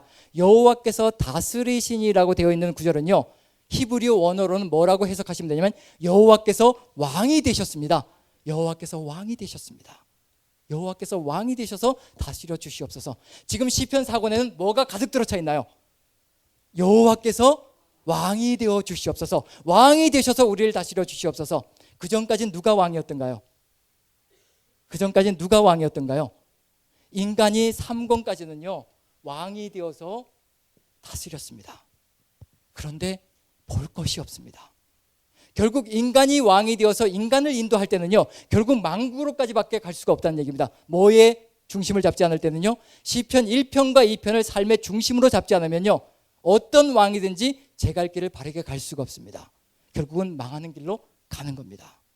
그런데 이제 모세의 기도를 통해서, 모세의 이야기들을 통해서 무엇이 회복되기 시작하냐면 모세의 시대의 위대함은 딴 게 있는 것이 아니고요, 누가 왕이 되게 만들었는가요? 하나님이 왕이시라는 고백이 쏟아져 나오게 만든 것이 누구의 시대냐면 모세의 시대입니다. 홍해를 건넌 다음에 이런 고백이 쏟아져 나와요. 홍해를 건넌 다음에 찬양을 하지요, 이스라엘 민족이. 14장이요. 출애굽기 14장. 이런 걸 14장 31절 보시면요. 왜냐하면 시편을 이해하는 것도 성경을 다 우리가 제대로 이해하지 못하면 시편도 우리 것이 되지 못할 때가 있습니다. 그래서 하나님의 말씀은 끊임없이 상고하면서 같이 가야 합니다. 출애굽기 14장 31절 보시면요. 홍해 건넌 다음에 같이 읽습니다. 시작. 이스라엘이 여호와께서 애굽 사람들에게 행하신 그 큰 능력을 보았으므로 백성이 여호와를 경외하며 여호와와 그의 종 모세를 믿었더라. 그리고 나서 15장에 뭐가 등장하느냐면요, 드디어 찬양이 쏟아져 나옵니다. 이스라엘 민족의 입에서 처음으로 쏟아져 나온 찬양이에요. 탄식만 부르짖고 있다가 이제 드디어 하나님이 최고라는 것을 깨달은 겁니다. 홍해가 갈라지고 이집트가 거기서 수장되어지고 놀라운 구원의 체험을 한 다음에 하나님이 정말 위대하신 분이라는 것을 깨달았습니다. 그제서야 뭐가 쏟아져 나오냐면 저절로 입에서 쏟아져 나오는 거예요. 하나님은 위대하신 분이시고. 15장 1절부터 보시면요, 같이 한번 읽어봅니다. 4절까지 같이 읽습니다. 시작. 이때 모세와 이스라엘 자손이 이 노래로 여호와께 노래하니 이르렀으되 내가 여호와를 찬송하리니 그는 높고 영화로우시며 말과 그 탄자를 바다에 던지셨음이로다. 여호와는 나의 힘이요 노래시며 나의 구원이시로다. 그는 나의 하나님이시니 내가 그를 찬송할 것이요 내 아버지의 하나님이시니 내가 그를 높이리로다. 여호와는 용사시니 여호와는 그의 이름이시로다. 그가 바로의 병거와 그의 군대를 바다에 던지시니 최고의 지휘관들이 홍해에 잠겼고. 찬양이 쏟아져 나오기 시작합니다. 그 다음에 찬양의 마지막은 어디에서 끝나느냐면요, 바로 이겁니다. 17절 18절입니다 우리도 하나님을 찬양하는 것이 여기까지 가는 겁니다. 여기까지 가야지 이제 우리가 삶을 안전하게 살아갈 수가 있습니다. 17절 18절 같이 읽습니다. 시작. 주께서 백성을 인도하사 그들을 주의 기업의 산에 심으시리이다. 여호와여 이는 주의 초소를 삼으시려고 예비하신 것이라. 주여 이것이 주의 손으로 세우신 성소로소이다. 여호와께서 영원무궁하도록 다스리시도다. 여호와께서 영원무궁하도록 우리의 왕이 되어 주시옵소서라는 고백이 쏟아지면서 찬양이 마감되어지는 겁니다. 똑같습니다. 다를 바가 없습니다. 왜 모세의 이름이 4권에 등장하느냐? 또다시 누가 왕이 되어야지 살 수가 있다는 얘기인가요? 인간이 왕이 되었던 시절 살아봤더니 하잘 것 없다는 겁니다.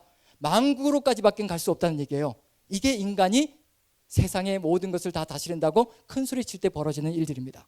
하지만 희망은 어디에 있느냐면요, 다시 또 하나님께서 돌아오셔서 우리의 삶의 왕좌를 차지해 주실 때 우리의 삶의 질서가 만들어지고 우리가 가야 될 정확한 방향이 보이고요, 또다시 무슨 순서가 보이기 시작하냐면 시편 1편과 2편의 순서가 보이기 시작하는 겁니다. 2편에 열방을 다스리는 왕이 서지만, 하나님께서 세우신 왕이 서지만 그 왕이 시편 1편에 굴복하지 않는 한은 절대로 희망이 없다는 겁니다. 여호와의 율법에 굴복하지 않는 왕은요, 절대로 이 세상을 바르게 다스릴 수가 없습니다. 시편 1편과 2편의 순서는 절대 뒤바뀌어서는 안 되는 겁니다. 시편 1편 여호와의 율법을 주야로 묵상하는 자, 그가 이 세상의 왕이 되어서 통치할 때 세상은 바른 길로 갈 거라는 얘기입니다. 하지만 이 순위가 바뀌어버리면요, 세상이 다 망하는 길로 가는 겁니다. 하나님이 돌아오셔서 왕이 되어달라는 기도, 모세가 등장하는 이유는 뭐냐면 중재자의 역할을 했었고요, 하나님이 왕이 되시는 시절을 만들었습니다. 자신도 위대한 인물이거든요. 모세도 정말 위대한 인물입니다. 그런데 그 위대한 인물임에도 불구하고 자신은 다 가려버리고 여호와가 왕이시라는 선포를 만들어내게 만든 것, 그것이 지금도 우리가 걸어가야 될 삶의 길입니다. 우리 자랑하면 안 된다는 얘기거든요. 내가 지팡이를 휘둘러서 홍해가 갈라졌을지라도 그것은 나로 인해서 벌어진 것이 아니라 그 지팡이와 함께 하시는 하나님의 능력과 권능으로 이루어졌다는 것을 끊임없이 고백할 때 내가 안전합니다. 내가 사는 거고요, 다른 사람들도 안전한 길로 인도하는 겁니다. 항상 우리의 입술에서는 하나님께서 하셨습니다. 하나님이 하셨습니다. 그러할 때 하나님의 왕자가 든든하게 서고 새로운 역사가 펼쳐지는 겁니다. 하나님이 왕이 되시는 것. 시편 4권에서 하나님이 왕으로 등극하시고 난 다음에는요, 어떤 이스라엘의 인간도 왕이라는 칭호가 주어지지 않습니다. 이제 완전히 뒤바뀐 겁니다. 어디까지 가야 되느냐면 우리가 오늘 말씀을 읽었던 본문의 말씀 145편 맨 마지막에 다윗의 내용이, 넘어가지 마시고요, 아직 안 끝나는 거예요. 맨 마지막에 다윗의 이름으로 주어져 있는 시편, 그 시편이 거기까지 가는 거예요. 왕이신 나의 하나님 내가 주를 높이고. 이제 다윗도 왕이 아니에요. 다윗도 왕이 아니라 이제 누구에게 모든 왕권을 다 돌리느냐면 왕이신 하나님께 모든 왕권을 돌림으로 시편은 마감되어지는 겁니다. 그제서야 뭐가 쏟아져 나오느냐면 할렐루야 찬양이 쏟아져 나오는 겁니다. 그렇지 않으면요, 끊임없이 우리 위해서는 탄식이 나올 수밖에 없습니다. 인간을 섬기고 나아가는 장소, 인간을 바라보고 가는 장소, 그곳에는 희망이 없다는 얘기거든요. 지금 모세와 함께 이끌어 나가는 이 상황 속에서 지금 어디까지 가야 될 것인가, 4권을 넘어서서요, 빨리빨리 넘어가겠습니다. 자, 4권 106편을 보시면요, 106편을 보시면 이제 하나님께서 왕이 되셨으니, 모세의 중재를 통해서 하나님께서 왕이 되셨으니 이제 뭘 해야 될까요? 어떤 강구로 마감을 해야 될까요? 이제 왕이 되신 하나님께서 우리를 어떻게 해달라는 얘기인가요? 이제 구원해 주시고 우리를 열방 중에서 건져 주십시오. 그 간구와 탄식으로 시편 4권이 마감할 겁니다. 자, 한번 읽어보죠. 맨 마지막 부분 43절부터 106편 43절부터 48절까지 같이 읽어봅니다. 43절부터 같이 읽습니다. 시작. 여호와께서 여러 번 그들을 건지시나 그들은 교묘하게 거역하며 자기 죄악으로 말미암아 낮아짐을 당하였도다. 그러나 여호와께서 그들의 부르짖음을 들으실 때 그들의 고통을 돌보시며 그들을 위하여 그의 언약을 기억하시고 그 크신 인자하심을 따라 뜻을 돌이키사 그들을 사로잡은 모든 자에게서 긍휼히 여김을 받게 하셨도다. 여호와 우리 하나님이여 우리를 구원하사 여러 나라로부터 모으시고 우리가 주의 거룩하신 이름을 감사하며 주의 영예를 찬양하게 하소서. 여호와 이스라엘의 하나님을 영원부터 영원까지 찬양할지어다. 모든 백성들아 아멘 할지어다. 할렐루야. 시편 4권이 무엇으로 끝나느냐면요, 어디에서 구해달라고 얘기하냐면 47절을 보면 제가 다시 한번 읽을게요. 여호와 우리 하나님이여 우리를 구원하사 여러 나라로부터 모으시고 우리가 주의 거룩하신 이름을 감사하며 주의 영예를 찬양하게 하소서. 이게 4권의 마지막입니다. 여러 나라로 포로가 되어서 흩어졌는데 우리를 이제 이집트에서도 바벨론에서도 아시리아에서도 모든 열방 가운데 흩어져 있는 우리들을 다 모아주셔서 이제 하나님의 영예를 찬송하게 도와주시옵소서. 이제 실제적인 구원은 이제 몇 권에 들어가 있을까요? 5권에 들어가 있을 것입니다. 그럼 5권 107편 시작부터 이게 다 들어가 있죠. 1, 2, 3절만 읽어봐도 시작됐구나 느껴볼 수가 있습니다. 같이 한번 읽어보죠. 107편 1, 2, 3절 같이 시작. 여호와께 감사하라. 그는 선하시며 그 인자하심이 영원하미로다. 여호와의 속량을 받은 자들은 이같이 말할지어다. 여호와께서 대적의 손에서 그들을 속량하사 동서남북 각 지방에서부터 모으셨도다. 누가 모으셨다고요? 하나님께서 동서남북 전국 각지에서 전 세계 가운데서 하나님의 뜻을 따르기로 결단한 자, 회개하고 하나님 앞에 나오는 자, 그들을 끌어모으셔서 다시 또 하나님의 백성으로 만들어 주신다는 얘기입니다. 그러면 이제 시편 5권은 뭐가 다 들어가 있을 것이냐면 구원의 역사가 다 펼쳐져 갈 겁니다. 그리고 이제 모두 등장할 것이냐면 이제 열방들이 우리를 향하여 너의 하나님이 어디 있느냐라고 조롱하게 되면 우리는 이제 당당하게 얘기할 수 있는 사람들이 될 수가 있을 거거든요. 너의 하나님이 어디 있느냐? 그럼 우리는 이제 대답할 수 있어야 합니다. 왜냐하면 누가 또 구원해 주셨기 때문인가요? 하나님께서 우리를 구원해 주셨기 때문에 그런 음성으로 강하게 응답할 수 있어야 합니다. 몇 편을 보시느냐면요, 114편을 보시면 다시 또 이제 이런 역사가 펼쳐집니다. 새 역사, 새 출애굽의 역사. 자, 같이 한번 읽습니다. 114편 같이 시작. 이스라엘이 애굽에서 나오며 야곱의 집안이 언어가 다른 민족에게서 나올 때 유다는 여호와의 성소가 되고 이스라엘은 그의 영토가 되었도다. 바다가 보고 도망하며 요단은 물러갔으니 산들은 수양들 같이 뛰놀며 작은 산들은 어린 양들 같이 뛰었도다. 바다야 내가 도망하면 어찌함이며 요단아 내가 물러가면 어찌함인가? 너희 산들아 수양들 같이 뛰놀며 작은 산들아 어린 양들 같이 뛰놀면 어찌함인가? 땅이여 너는 주 앞 곧 야곱의 하나님 앞에서 떨지어다. 그가 반석을 쳐서 못물이 되게 하시며 차돌로 샘물이 되게 하셨도다. 또 어떤 역사가 그대로 펼쳐지고 있는 건가요? 예전에 펼쳐졌던 출애굽의 역사가 지금 바벨론 포로지에 있는 사람들의 눈앞에서 또다시 펼쳐지기 시작합니다. 옛날의 그 영광스러운 역사가 다시 또 재현되어지기 시작하는 겁니다. 우리가 지금 살아가고 있는 삶은요, 절대로 과거와 무관하지 않습니다. 지금 우리가 겪고 있는 구원 역사는 절대 한 번도 없었던 것들이 아니고요, 하나님께서 늘 하나님의 백성을 통하여서 일으켜 주셨던 그 구원 역사가 계속해서 반복되어지는 겁니다. 반복된다는 얘기는 무슨 얘기인가요? 또 인간은 또 죄 가운데 빠져서 실패하고 무너진다는 얘기가 그 안에 들어가 있습니다. 하나님은 늘 동일한 역사를 반복적으로 일으켜 주시는 겁니다. 자, 그 다음에 하나님께서 이렇게 놀라운 구원의 역사를 또 일으켜 주셨는데 이제 우리 입술에서 뭐가 나가느냐면 115편 1절부터 3절까지 보시면요, 이제 여기에 응답할 수 있습니다. 열방을 향하여 이제 큰 소리 칠 수 있습니다. 같이 한번 읽어보시죠. 1, 2, 3절 같이 시작. 여호와여 영광을 우리에게 돌리지 마옵소서. 우리에게 돌리지 마옵소서. 오직 주는 인자하시고 진실하심으로 주의 이름에만 영광을 돌리소서. 어찌하여 문나라가 그들의 하나님이 이제 어디 있느냐 말하게 하리까? 오직 우리 하나님은 하늘에 계셔서 원하시는 모든 것을 행하셨나이다. 우리에게 영광을 돌리지 마시옵소서. 우리가 한 것이 아무것도 없습니다. 이 구원 역사는 오직 하나님께로부터 우리에게 주신 선물입니다. 하나님만 영광을 받으시옵소서. 이제 어찌 감히 열방이 우리에게 너희 하나님이 어디 있느냐고 말하겠습니까? 이제 우리가 대답할 것입니다. 우리 하나님은 하늘에 계셔서 그가 원하시는 모든 일을 다 행하시는 분이라 우리 하나님께서 우리에게 구원을 일으켜 주셨다 라고 이젠 우리가 열방을 향해서 큰 소리 칠 수 있는 사람이 될 수 있다는 얘기입니다. 구원을 체험한 자, 하나님의 구원 역사를 삶 속에서 끊임없이 체험하는 자, 우리가 해야 될 일이 뭐냐면요, 열방을 향해서 큰 소리 치는 겁니다. 우리 하나님은 살아계신다. 나를 보라. 내가 이렇게 구원되어지고 내가 다시 살아나고 내가 이렇게 하나님 앞에서 다시 걸어갈 수 있는 이 힘이 어디에서 온다고 생각하는가? 하늘에 계신 하나님께서 나를 통하여 하나님의 모든 역사를 이루어 가시는 것이라. 우리 하나님은 살아계신 하나님이시라. 열방을 향하여 큰 소리 치는 겁니다. 그리고 이제 우리에게 회복되어져야 될 것이 있습니다. 이제 어떻게 살아야 될까요?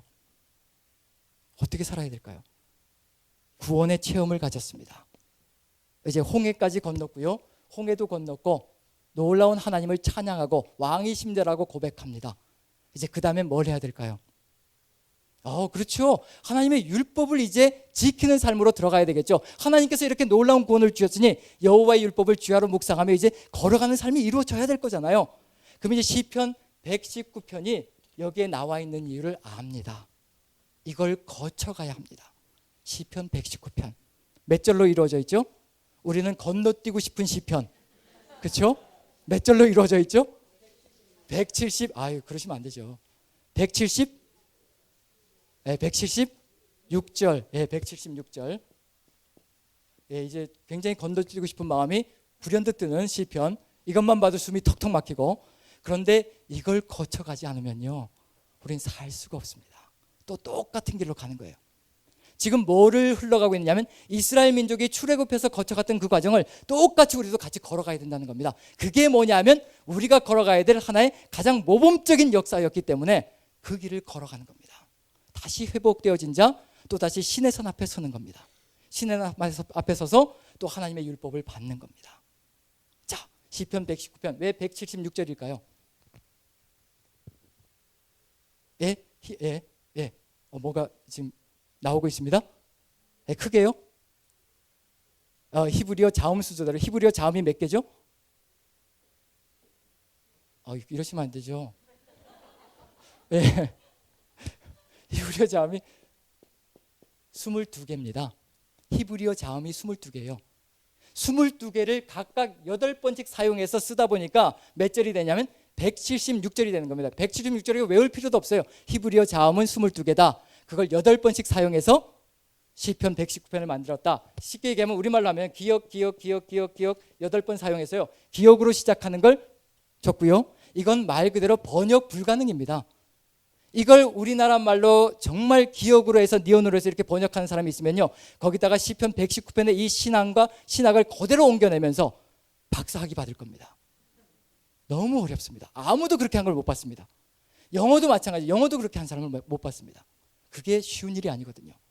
히브리어로 해서 자음을 해가지고 8번씩 써서 왜 8번일까요? 한번 읽어봅니다. 119편을 보시면요, 1절부터 8절까지 같이 한번 읽어봅니다. 1절부터 8절까지 같이 시작. 행위가 온전하여 여호와의 율법을 따라 행하는 자들은 복이 있으며 여호와의 증거들을 지키고 전심으로 여호와를 구하는 자는 복이 있도다. 참으로 그들은 불의를 행하지 아니하고 주의 도를 행하는도다. 주께서 명령하사 주의 법도를 잘 지키게 하셨나이다. 내 길을 굳게 정하사 주의 율례를 지키게 하소서. 내가 주의 모든 계명에 주의할 때에는 부끄럽지 아니하리이다. 내가 주의 의로운 판단을 배울 때는 정직한 마음으로 주께 감사하리이다.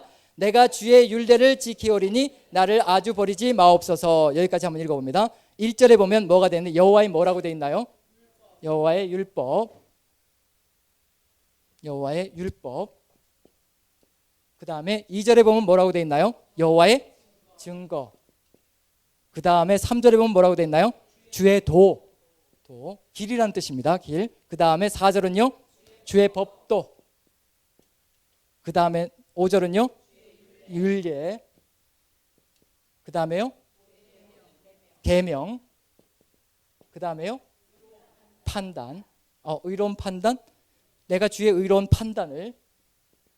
그 다음에요, 율례는 나왔었죠. 그래서 어디를 보시냐면 11절을 보시면 같이 한번 읽어봅니다. 11절 같이 시작. 내가 주께 범죄하지 아니하려 하여 주의 말씀을 내 마음에 두었나이다. 뭐죠? 말씀. 하나님의 말씀과 율법을 상징하는 8가지의 단어를 사용해서요, 8가지의 단어를 사용해서 하나님의 율법의 완전함을 보여주고 있습니다. 자, 이렇게 하는 이유가 뭘까요? 알파벳이 22개가 다 들어갔고요, 여호와의 말씀과 율법을 상징하는 8가지의 내용을 다 사용해가지고 지금 시편 119편을 176절로 만들어놨습니다. 이보다 아름다울 수 없습니다. 정말 아름다운 시편이고요, 이 속에 들어있는 의미와 신학을 표현하다 보면 정말 하나님의 말씀이 어떤 것인지를 새삼스럽게 느껴볼 수가 있습니다. 자음 중에 하나도 빠진 것이 없습니다. 무슨 얘기냐면요, 여호와의 율법은 완전하다는 겁니다. 하나도 빠진 것이 없다는 얘기입니다.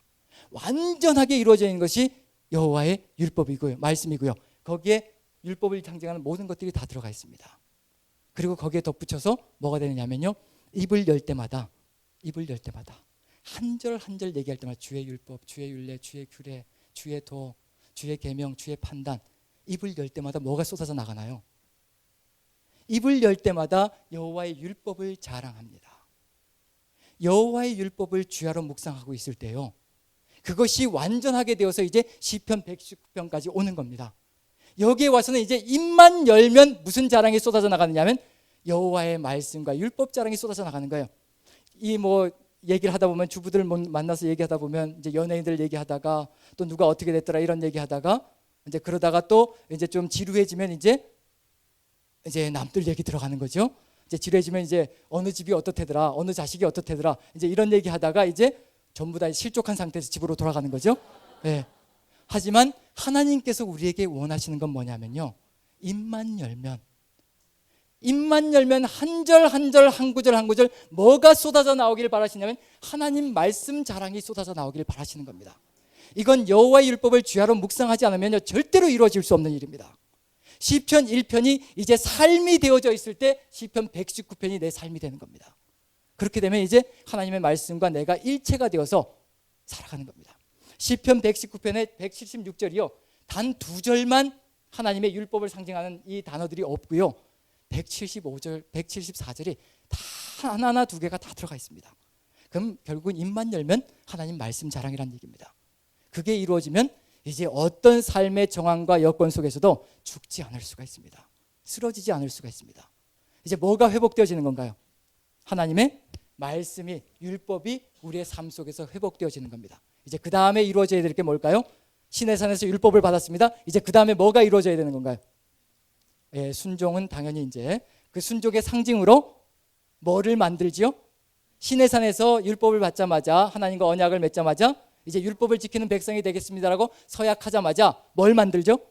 하나님께서 거주하시는, 왜 성막을 만드시느냐면 왕이 되셔서 다스려 달라고 했으니까 이제 그 하나님의 궁전이 필요하잖아요. 왕좌를 차지하시고 이스라엘 민족 중심에서 다스려 주시기를 원하시는 마음으로 성전을, 성막을 건축합니다. 그럼 이제 시편도 119편 율법을 이제 우리의 삶으로 만들었다면 이제 하나님과 함께 살아가야 되겠죠. 이제 어떤 시편들이 가득 메꾸고 있을 것이냐면, 예, 성전에 올라가는 시편이 가득 메꿔져 있습니다. 이제 성전으로 가는 거예요. 이게 시편이 가고 있는 순서입니다. 시편이 가고 있는 순서를 이해하려면 출애굽의 대역사를 우리 마음속에, 머릿속에 가득히 품고 새기고 있으면요, 당연히 가야 될 방향이 보이는 거예요. 어디로 가야 되고 어디가 종착점이고 우리가 어떻게 서나가야 될 것인가가, 우리의 찬양이 어디에서 멈춰야 되고 어디를 향해서 나가야 될 것인가, 그게 보이는 겁니다. 시편도 역시 마찬가지로요, 출애굽의 대역사와 구원 역사가 그대로 얽혀져서 우리의 찬양과 기도를 만들어가는 겁니다. 우리의 찬양과 기도를 통해서요, 하나님께서 역사를 만들어 가시는 겁니다. 단지 우리가 삶을 살아가는 것만으로 하나님께서 역사를 만드시는 것이 아니라 내가 골방에 숨어서 기도하고 찬양하는 그 입술의 찬양의 고백을 가지고 하나님은 새 역사를 열어 가시는 겁니다. 세상을 새롭게 만들어 가신다는 얘기예요. 그러니 우리 입술의 찬양이 결코 허약해서는 안 된다는 얘기입니다. 자, 20절 120편부터 보시면요, 제목만 봅니다. 이제 드디어 성전에 올라가는 노래들이 가득 들어차기 시작합니다. 왜냐하면 왕이신 하나님을 이제 섬겨야 하니까, 여호와의 율법을 지키면서 성전에서 하나님과 함께 동행하는 삶을 살아야 하니까 출애굽의 역사는 시편의 역사와 동일합니다. 다를 바가 없습니다. 같이 한번 제목만 봅니다. 120편 같이 봅니다. 시작. 성전에 올라가는 노래. 121편도요 성전에 올라가는 노래. 122편도 성전에, 다윗의 시 곧 성전에 올라가는 노래. 이렇게 해서 어디로 올라가는 이야기로 가득 들어차 있냐면 다윗도 성전에 올라가고요, 127편을 보시면 제목이 뭐라고 되어 있나요? 솔로몬의 시 곧 성전에 올라가는 노래. 어느 누구든지 어떤 왕이든지 실패했건 좌절했건 절망했건 어느 누구든지 다시 여호와의 성전에 왕이신 여호와를 뵈러 올라갈 때 그때는 희망이 되는 겁니다. 새로운 시작이 열려져 가는 겁니다. 그러할 때 새 역사가 펼쳐지고 우리가 가야 될 길이 눈앞에 펼쳐지는 겁니다. 이렇게 해서 성전이 완성되어지고 우리의 삶이 이루어진다면 이제 어디까지 갈 것이냐 하면, 이제 그 다음에 다윗의 시편들이 나와서 절망의 탄식이 쏟아져도요, 이젠 상관없습니다. 왜냐하면 뭐가 우리 마음속에 가득 들어차 있나요? 하나님의 법이 우리 마음속에 가득 들어차 있고 툭 치면 하나님 말씀이 쏟아져 나오는데 이제 더 이상 뭐 두려워할 게 있겠어요?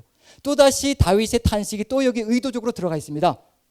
어디까지 들어가 있냐면 145편이 나올 때까지 또 들어가 있습니다. 하지만 그것이 우리의 삶을 지배하지 못한다는 것, 그것이 우리에게는 희망이고 힘입니다. 자, 145편을 보시면요, 마지막입니다. 145편을 보시면 같이 한번 읽습니다. 시작. 왕이신 나의 하나님이여, 내가 주를 높이고 영원히 주의 이름을 송축하리이다. 내가 날마다 주를 송축하며 영원히 주 이름을 송축하리이다. 여호와는 위대하시니 크게 찬양할 것이라 그의 위대하심을 측량하지 못하리로다. 제목이 뭐라고 되어 있나요? 예, 제목이 또 왕이신 나의 하나님이라고 바꿔주시는데, 예, 그것도 나쁘진 않네요. 그런데 그렇게 되면 이제 시편의 신학을 또 바꿔버려야 되니까, 왜냐하면 제목 하나하나, 배열 하나하나가요, 지금은 그냥 듬성듬성 이렇게 왔지만 만약에 한 편 이렇게 연결고리를 만들어서 나가다 보면요, 이게 하나님 말씀은 정말 살아있습니다. 정말입니다. 우리가 감히 측량할 수도 없는 것들이 그 안에 들어가 있습니다. 하나님이시기 때문에 가능한 겁니다. 인간은 일이 할 수가 없습니다. 정말입니다. 자, 145편의 제목이 드디어 다윗의 처음으로 이게 나왔어요. 제목에 처음으로 이게 들어가 있습니다. 처음으로. 시편 제목이 뭐라고 말씀드렸던가요? 예, 히브리어로 예, 테힐림.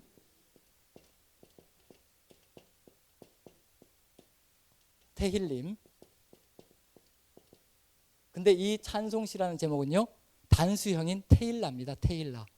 단수형입니다. 드디어 시편이 뭘 회복했나요? 마지막에 와서야 다윗의 입술을 통해서 드디어 뭐가 회복된, 탄식이 다 끝나고요, 드디어 뭐가 회복되냐면 찬양이 회복되어진 겁니다. 처음으로 찬양이라는 제목이 시편의 제목에 등장하고 있다는 얘기는 뭐냐면 이제 이것으로 마감이 되어진다는 의미가 들어가 있습니다. 이제 찬송이 회복되어졌으니 이제 앞으로 펼쳐질 시편은 뭐가 될 것이냐면 할렐루야로 시작해서 할렐루야로 끝이 날 겁니다. 그게 시편이 가고 있는 방향입니다. 하나님은 여기까지 이 다윗의 찬송시가 다윗의 입에서 탄식이 쏟아져 나오는 것이 아니라, 우리의 입술에서 탄식이 쏟아져 나오는 것이 아니라 마침내 찬양이 쏟아져 나오는 그 순간까지 하나님은 또 새 역사를 일으켜 가시며, 지금 우리의 삶 속에서 또 탄식이 쏟아져 나오면요, 또 우리 하나님은 이게 보일 때까지, 우리의 입술에서 찬송이 보일 때까지 역사를 멈추지 않으시며 또 다시 오실 것이라는 거. 그럼 결국 146편에 이제 여기만 읽어보고 끝을 맺도록 하겠습니다. 우리가 해야 될 일은 바로 이걸 겁니다.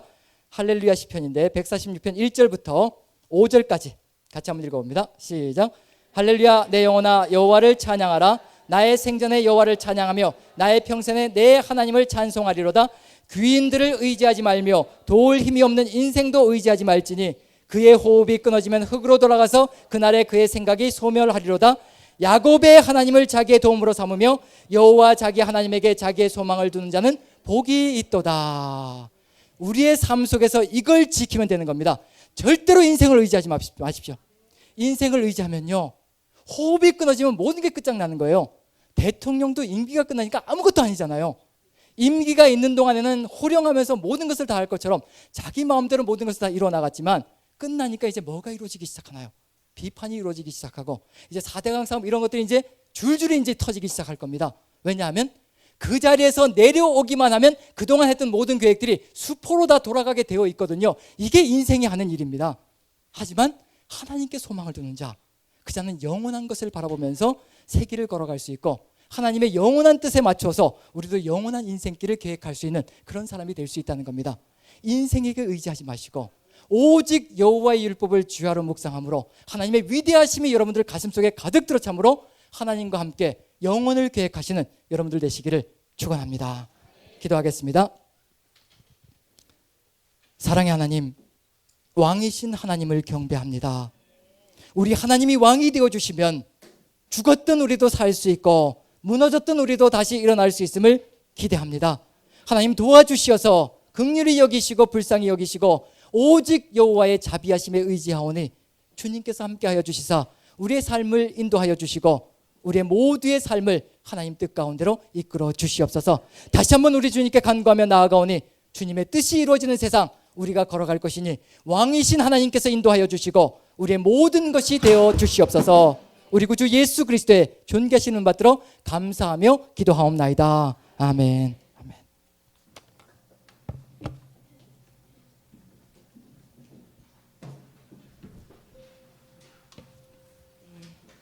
감사합니다. 주님, 이 시간에 정말 왕으로 오시옵소서. 주님, 내 마음을, 우리의 마음을 주님 앞에 주님 내어드립니다. 주님 왕으로 오셔서 하나님 우리를 온전히 다스려 주시옵소서. 우리 왕이신 나의 하나님 우리 찬양하며 우리의 마음을 하나님 앞에 온전히 내어드립시다.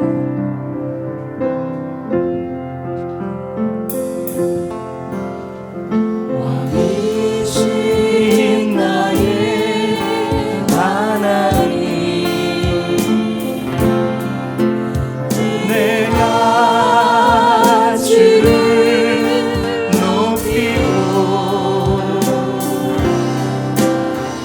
영원히 주의 이름을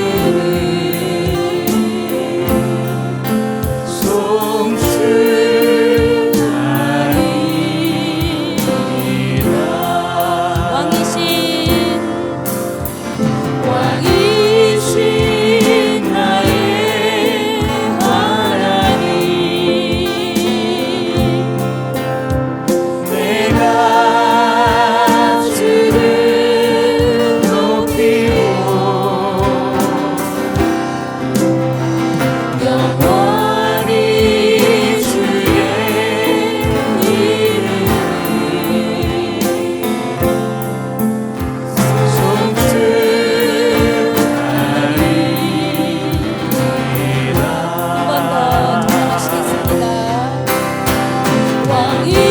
왕이신 나의 하나님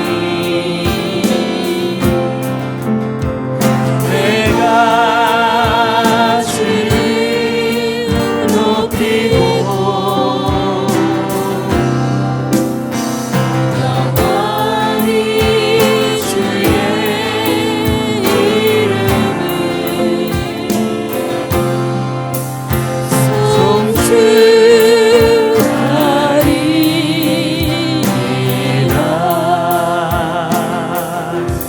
그렇습니다. 우리 시간 기도하실 때 여호와여 이 시간에 우리의 왕으로 이 자리에 임하시옵소서.